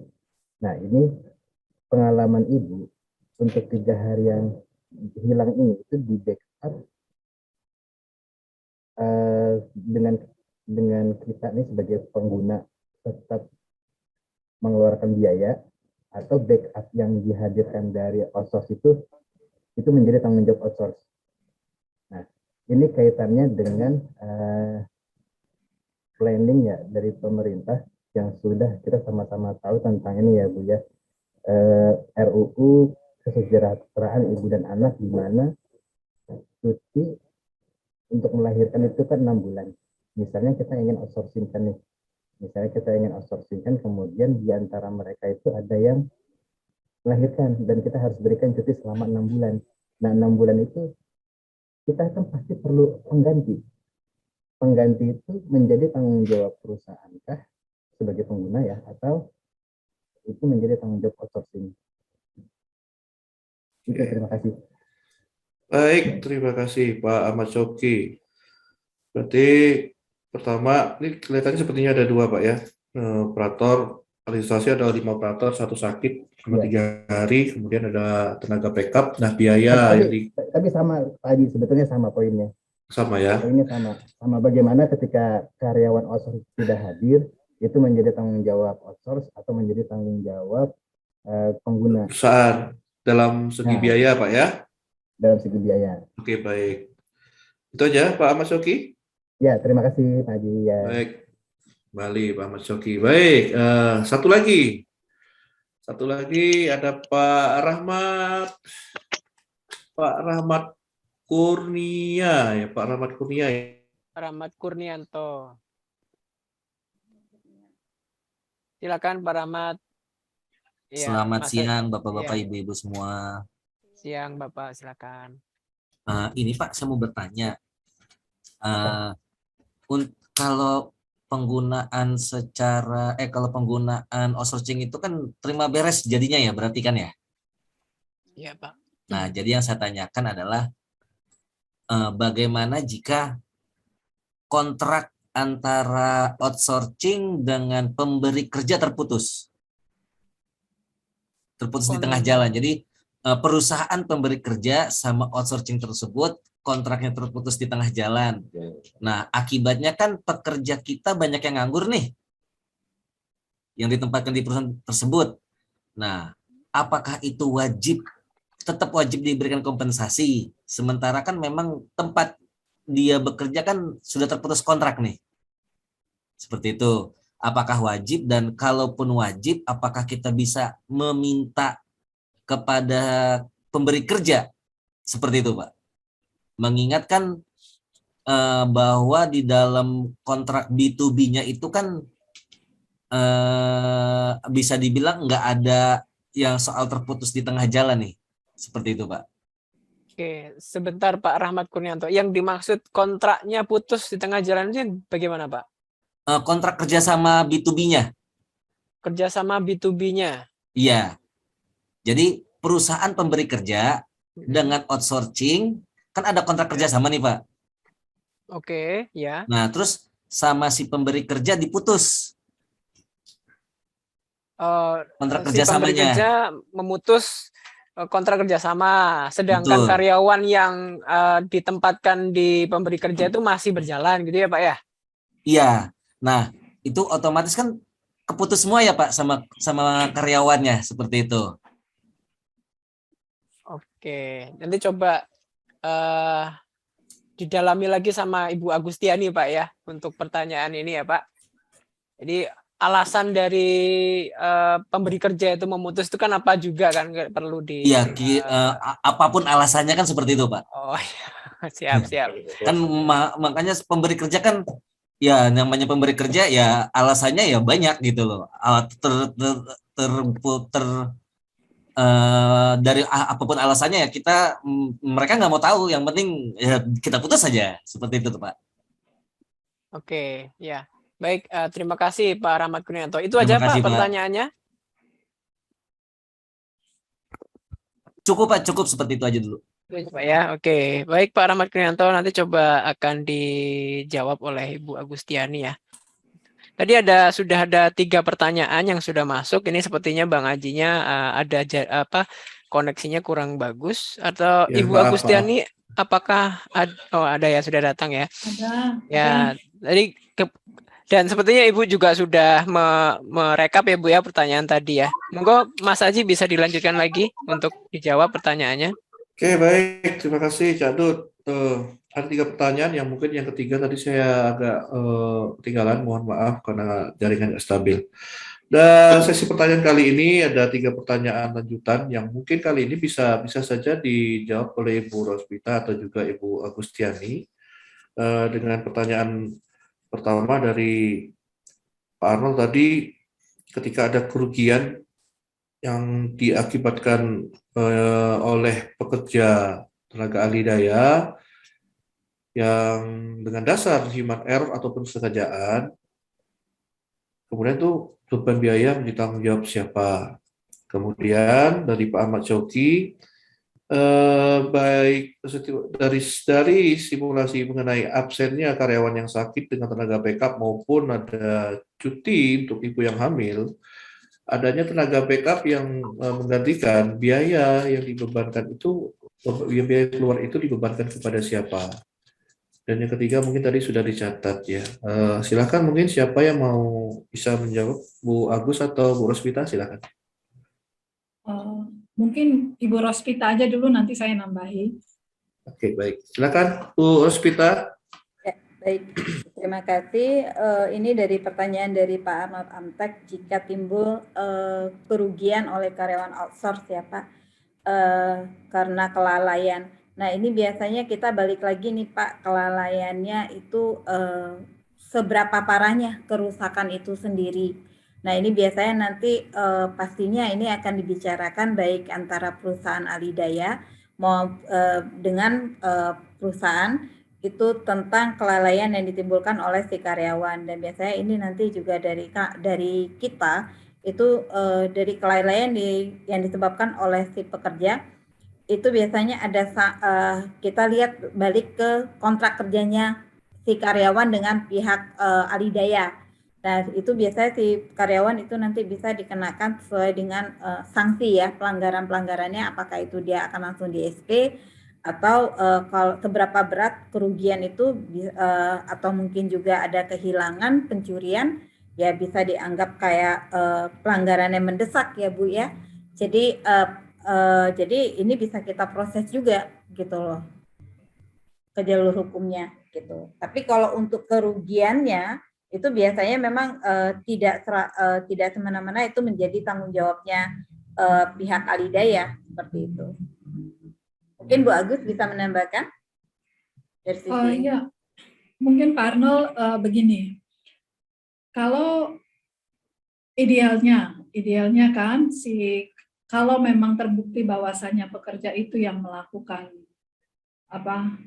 kerugian itu dengan sengaja, itu biasanya walaupun dia mungkin kalau dia tidak bekerja dengan perusahaan adidaya, pasti tetap perusahaan akan meminta tanggung jawabnya kan, ya.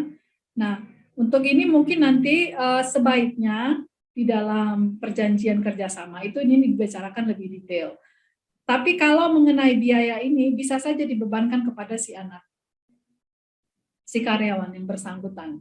Apalagi kalau nanti terbukti bahwasannya dia dengan sengaja melakukannya ya, dengan sengaja. Lalu kalau ini nanti prosesnya kepada kepolisian, artinya nanti lari ke tindak pidana ya, kita melaporkan. Apakah nanti perusahaan pemberi kerja yang harus repot-repot? Ya tentunya nanti perusahaan ahli daya.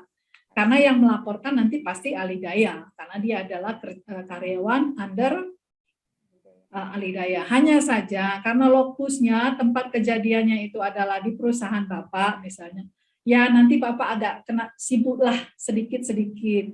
Karena nanti kalau kita sudah masukkan ini pada proses ke polisi, otomatis kan polisi kan harus melihat ke TKP-nya, ya kan? Nah, untuk ke TKP kan kami juga kan perlu koordinasi, perusahaan ahli daya kan perlu koordinasi dengan pihak perusahaan Bapak. Jadi Bapak tidak ngurusin yang bolak-balik mondar-mandir ke kantor polisi dan segalanya, tapi ya mungkin ada hal-hal nanti yang akan direpotkan gitu loh, sedikit direpotkan untuk urusan yang ini gitu loh. Tapi tidak semua, tidak. Bapak hanya tetap tanggung jawabnya ada di alih daya, tapi juga mungkin kita kerjasamanya dibutuhkan dari pihak Bapak. Itu aja kalau menurut saya. Jadi bisa si karyawannya itu dimintai pertanggungjawabannya. Apakah dalam bentuk ganti rugi? Nanti dibicarakan ganti ruginya, kan ini macam-macam Pak. Kalau sudah ganti rugi kan ini kan perdata. Nanti kalau si anaknya cuma sanggup bayarnya 5.000 per hari selama 10 tahun ya mau gimana Pak? Itu kan juga kan harus ya. Jadi kalau nanti mau dilarikan ke pidana, berarti perdatanya jadi gugur gitu kan Pak. Tapi kalau perdatanya duluan yang naik, pidananya tidak gugur. Gitu. Jadi tetap bisa Pak dimintain pertanggungjawaban, dan nanti perusahaan Alidaya saya yakin pasti punya di dalam perjanjian kerjanya itu pasti sudah antara anak dengan karyawan itu pasti sudah hal-hal ini sudah dicantumkan. Demikian Pak. Yang nomor 2 mungkin Operator sakit 3 hari itu backup. Nah ini balik lagi. Nah, biaya yang keluar karena backup karyawan yang tidak masuk itu menjadi beban siapa? Ini mungkin balik lagi di perjanjian awal dari pihak outsourcingnya dengan perusahaan Alidayanya dengan perusahaan. Apakah memang di awal itu ada permintaan daripada pihak Alidaya, pihak perusahaan agar pihak outsourcing itu menyediakan buffer atau backup, pekerja backup jika sewaktu-waktu ada pekerja yang tidak masuk. Jadi begitu ada pekerja yang tetap itu tidak masuk, kalau memang di awal perjanjian itu memang ada perusahaan meminta backup apabila ada karyawan yang ditempatkan di sana itu tidak masuk, maka itu biasanya nanti dari yang backup itu perusahaan yang Alidaya itu akan memberikan karyawan penggantinya, seperti itu backupnya. Nah untuk biayanya itu biasanya adalah akan dilihat jika jika karyawan yang kalau operator itu sakit, maka sesuai dengan undang-undang itu kan harusnya tetap dibayarkan oleh pihak perusahaan gitu ya. Nah kecuali kalau tidak masuk itu bisa menggantikan. Jadi yang bersangkutan kalau memang dia masuknya bukan karena sakit tapi tidak masuk karena izin atau cuti, di luar cuti juga ya, di luar sakit dan di luar cuti, itu kan nanti dia akan dipotong gaji. Nah gajinya itu nanti akan untuk diberikan kepada yang karyawan yang backup, yang masuk, yang membackup. Tapi kalau yang karyawan yang backup itu nantinya ada OT, maka OT-nya itu ya seperti biasa tetap ditagihkan kepada pihak perusahaan. Seperti itu ya Pak. Jadi itu kecuali kalau di awal tidak ada perjanjian antara tentang tenaga kerja backup ini, tapi kemudian ada karyawan yang tidak masuk atau bahkan mau cuti, minta ada disediakan pengganti, maka biaya gaji untuk yang biaya penggantinya ini 100% biasanya sih kita tagihkan kepada pihak perusahaan. Seperti itu. Mungkin itu aja yang untuk Pak Ahmad Fayugi.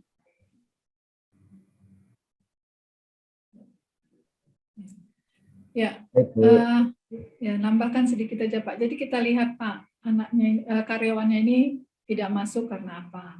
Kalau dia tidak masuknya karena seperti yang tadi disampaikan Bu Rospita, karena dia sakit, karena cuti melahirkan, ya dalam undang-undang kan ini juga orang sakit dengan melahirkan itu kan tidak boleh tidak dibayar upahnya ya Pak. Jadi tetap harus dibayar upahnya gitu loh. Jadi saya pikir tadi yang sudah dijelaskan Bu Tita itu sudah, semoga itu bisa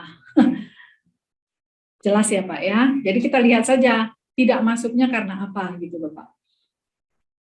Ya kalau dia tidak ada kabar, tidak ada alasan yang jelas ya berarti kita berhak untuk memotong upah anak itu pada saat dia tidak masuk. Tapi kalau karena sakit, karena cuti melahirkan ya, yang katanya nanti 6 bulan ya Pak ya.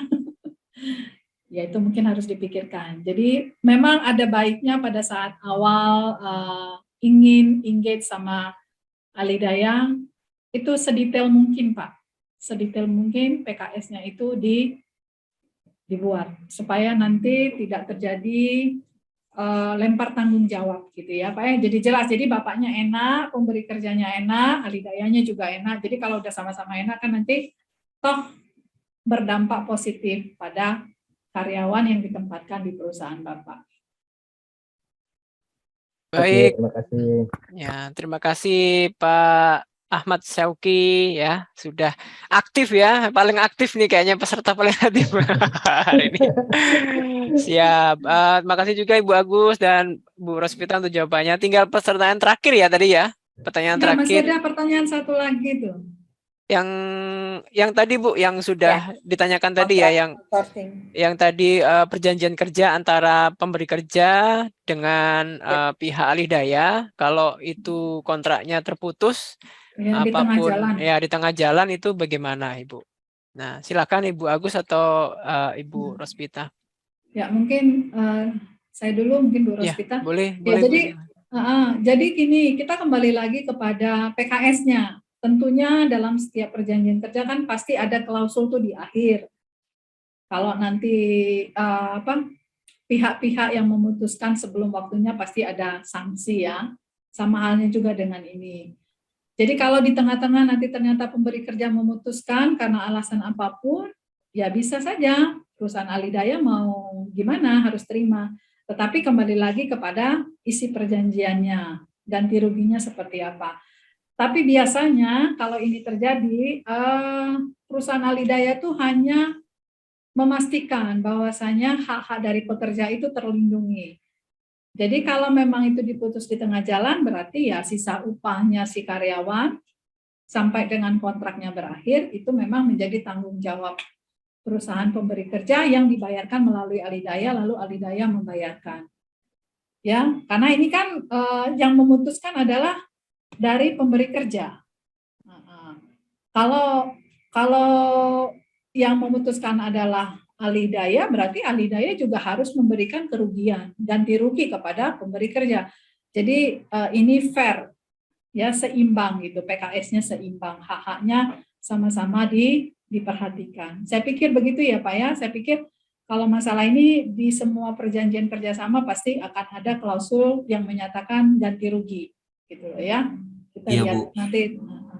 Tapi Ya. jika di dalam perjanjiannya kan disebutkan untuk pemutusan hubungan itu 1 bulan sebelum akan dianggap selesai. Misalkan untuk pemutusan hubungan di klausul untuk dalam hal pemutusan hubungan kerja, maka perusahaan yang memutuskan hubungan kerja wajib memberitahukan 1 bulan sebelum pemutusan kerja. Nah, di situ kan nggak ada ganti kerugian macam-macam. Itu bagaimana, Bu? Iya, tapi kan kita kembali lagi Pak kepada peraturan perundang-undangan yang menyatakan bahwasanya apabila pihak yang memutuskan hubungan kerja sebelum berakhir itu wajib menggantikan gitu loh. Membayarkan. Berarti kalau kayak gitu, kalau seandainya karyawan PKWT yang resign wajib membayar ganti rugi juga dong, Bu? Iya, benar. Nah, kalau seandainya karyawan tersebut nggak mau bayar ganti rugi bagaimana? Gini Pak, jadi ini juga ini juga pengalaman kita beberapa lama ya. Jadi kalau di dalam berdasarkan undang-undang ya, itu Undang-Undang 13 tahun 2003 itu kan masih ada Pak klausul yang menyatakan ganti rugi. Jadi kalau pihak yang memutuskan hubungan kerja sebelum berakhirnya hubungan kerja wajib membayarkan ganti rugi berupa masa kerja yang belum dijalani ya Pak ya. Berarti kan kalau dalam hal ini perusahaan alih daya yang memutuskan, tentu alih daya juga yang harus membayarkan. Tetapi alih daya ini kan juga dia kan harus memastikan dia punya dananya dari mana gitu loh Pak. Nah, berarti kan dari pemberi kerja. Ya kan Pak? Ya kalau cuma 1 bulan mungkin kemudian si karyawan kalau ternyata pekerjanya ini bisa dialihkan ke perusahaan ke bagian lain yang masih bisa itu nggak apa-apa saya pikir ya. Tapi kalau tidak ya mungkin ini dibicarakan baik-baik gitu loh. Gitu loh. Kan nanti kan ininya lupa apa namanya?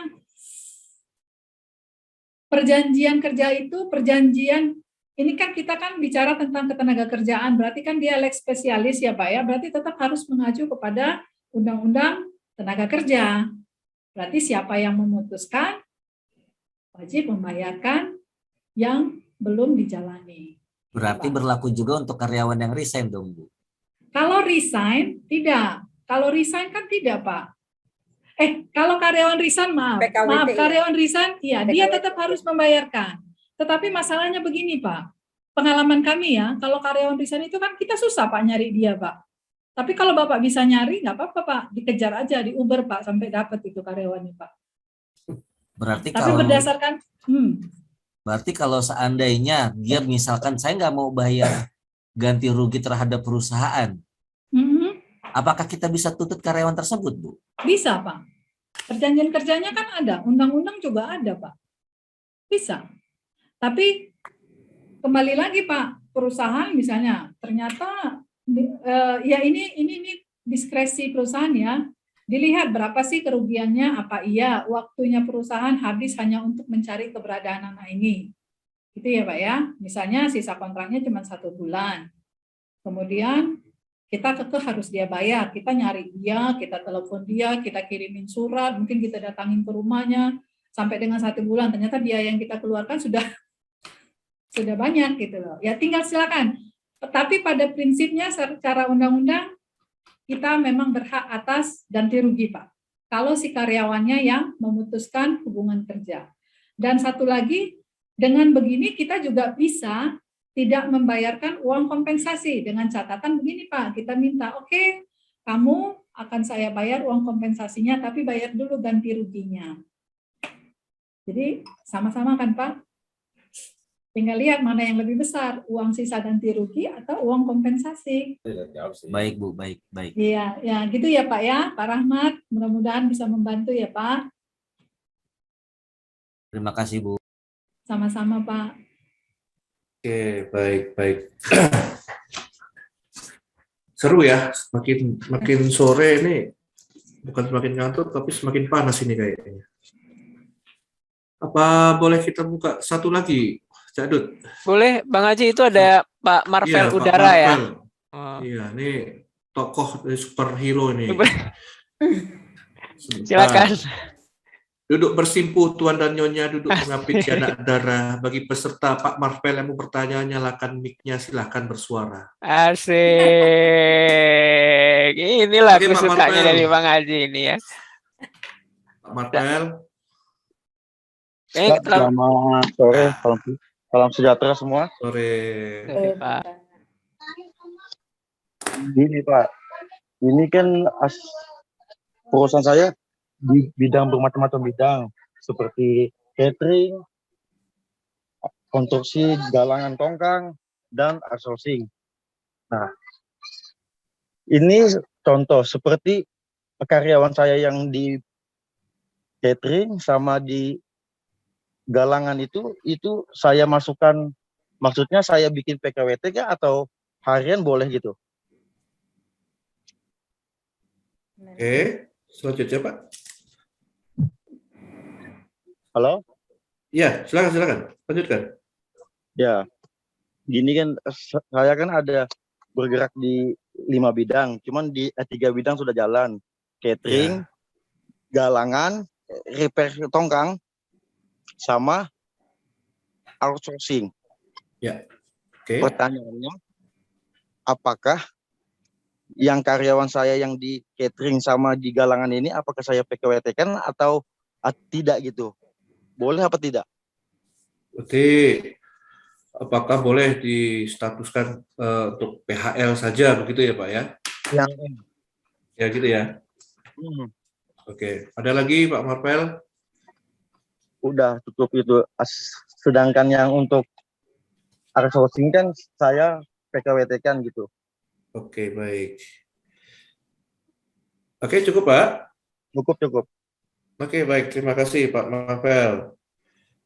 Pertanyaan dari Pak Marvel, Bu Rospita dan Bu Agus. Beliau ini punya usaha atau perusahaan yang bergerak, mungkin saya sebut general supplier mungkin ya, atau spesifikasi bidang pekerjaannya ada catering, konstruksi, kemudian offshore atau galangan, dan juga termasuk jasa lihdaya atau outsourcing. Nah, pertanyaan dari beliau, pertanyaan dari Pak Marvel, untuk karyawan mereka yang di catering dan di galangan, apakah harus dibuat status ikatan kerja menjadi PKWT ataukah boleh dengan PHL saja atau pekerjaan yang lepas saja? Silakan Bu Rospita atau Bu Agus.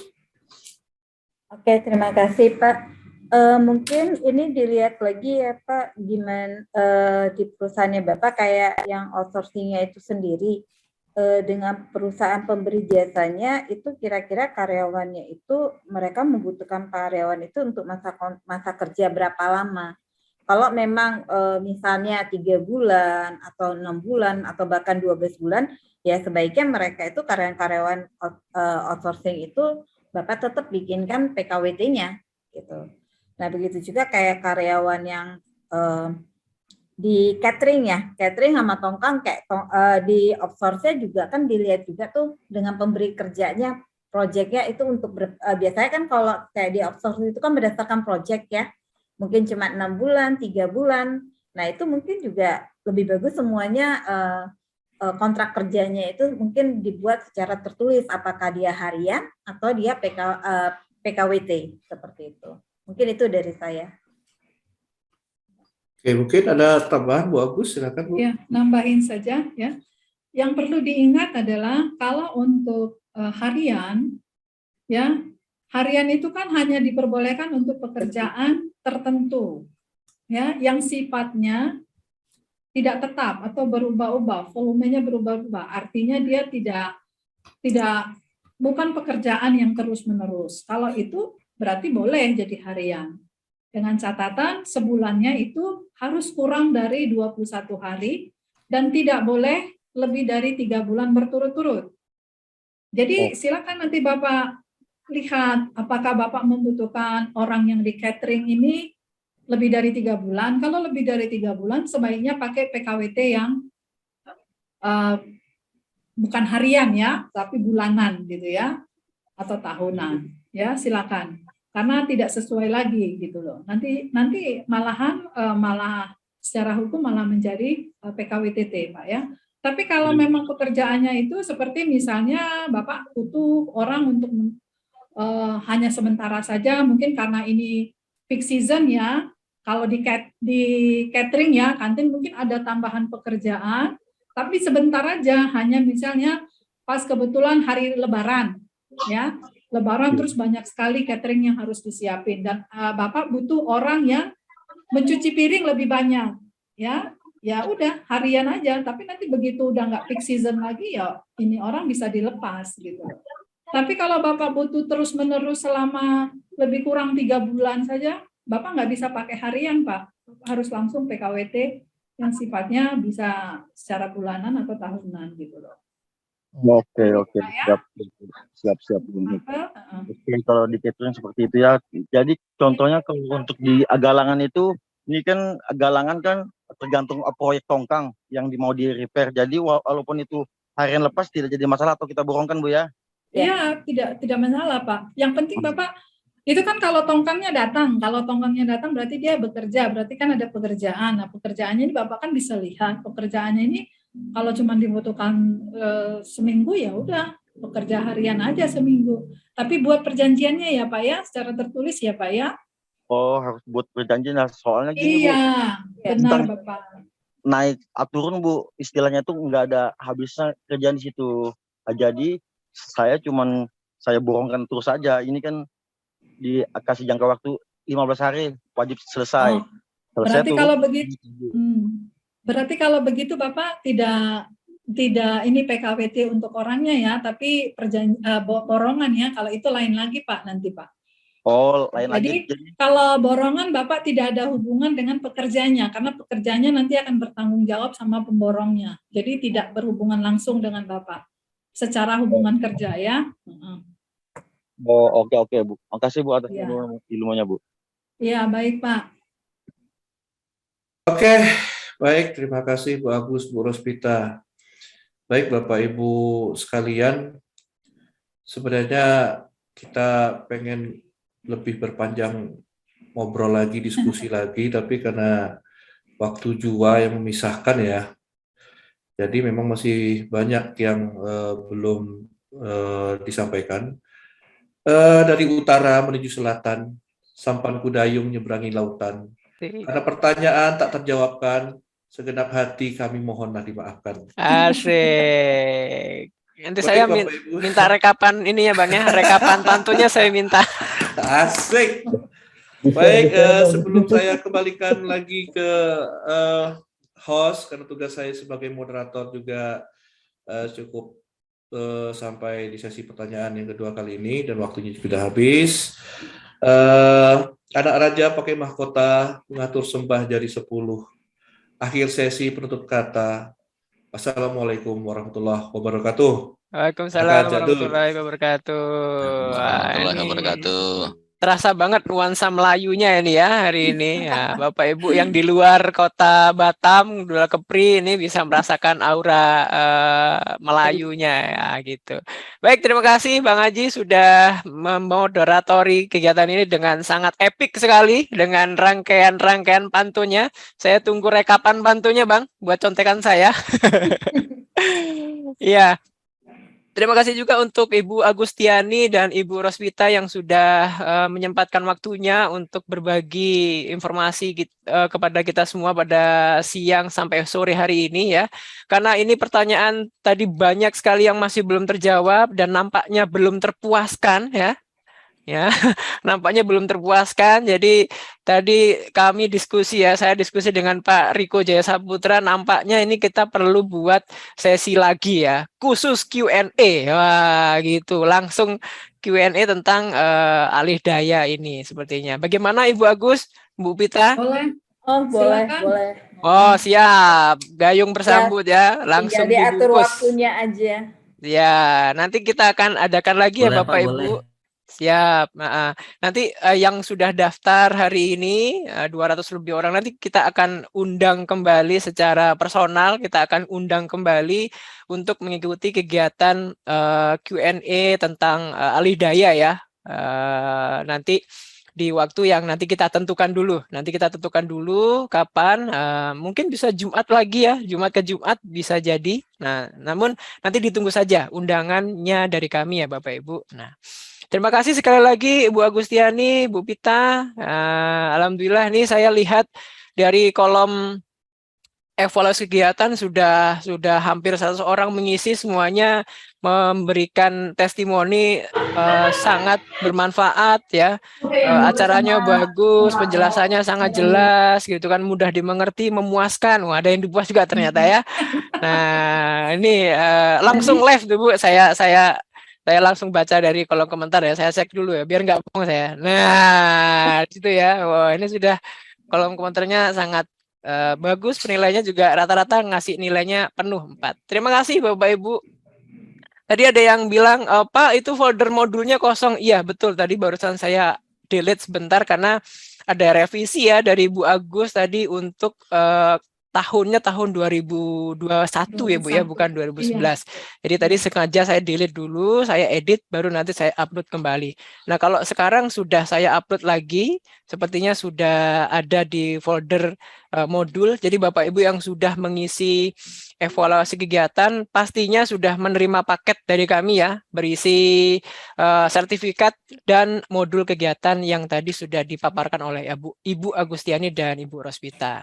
Baik, tidak puas rasanya kalau belum foto bersama. Nah, kita minta kesediaan Bapak Ibu untuk open cam terlebih dahulu, kita foto dulu sebelum kita akhiri sesi pada sore hari ini ya. Lebih 16 menit nggak apa-apa ya Bapak Ibu, karena antusiasme sekali peserta kita hari ini ya, luar biasa sekali ya. Sambil buka kamera kasih tepuk tangan dulu sekali lagi yang meriah buat Bapak Ibu semuanya.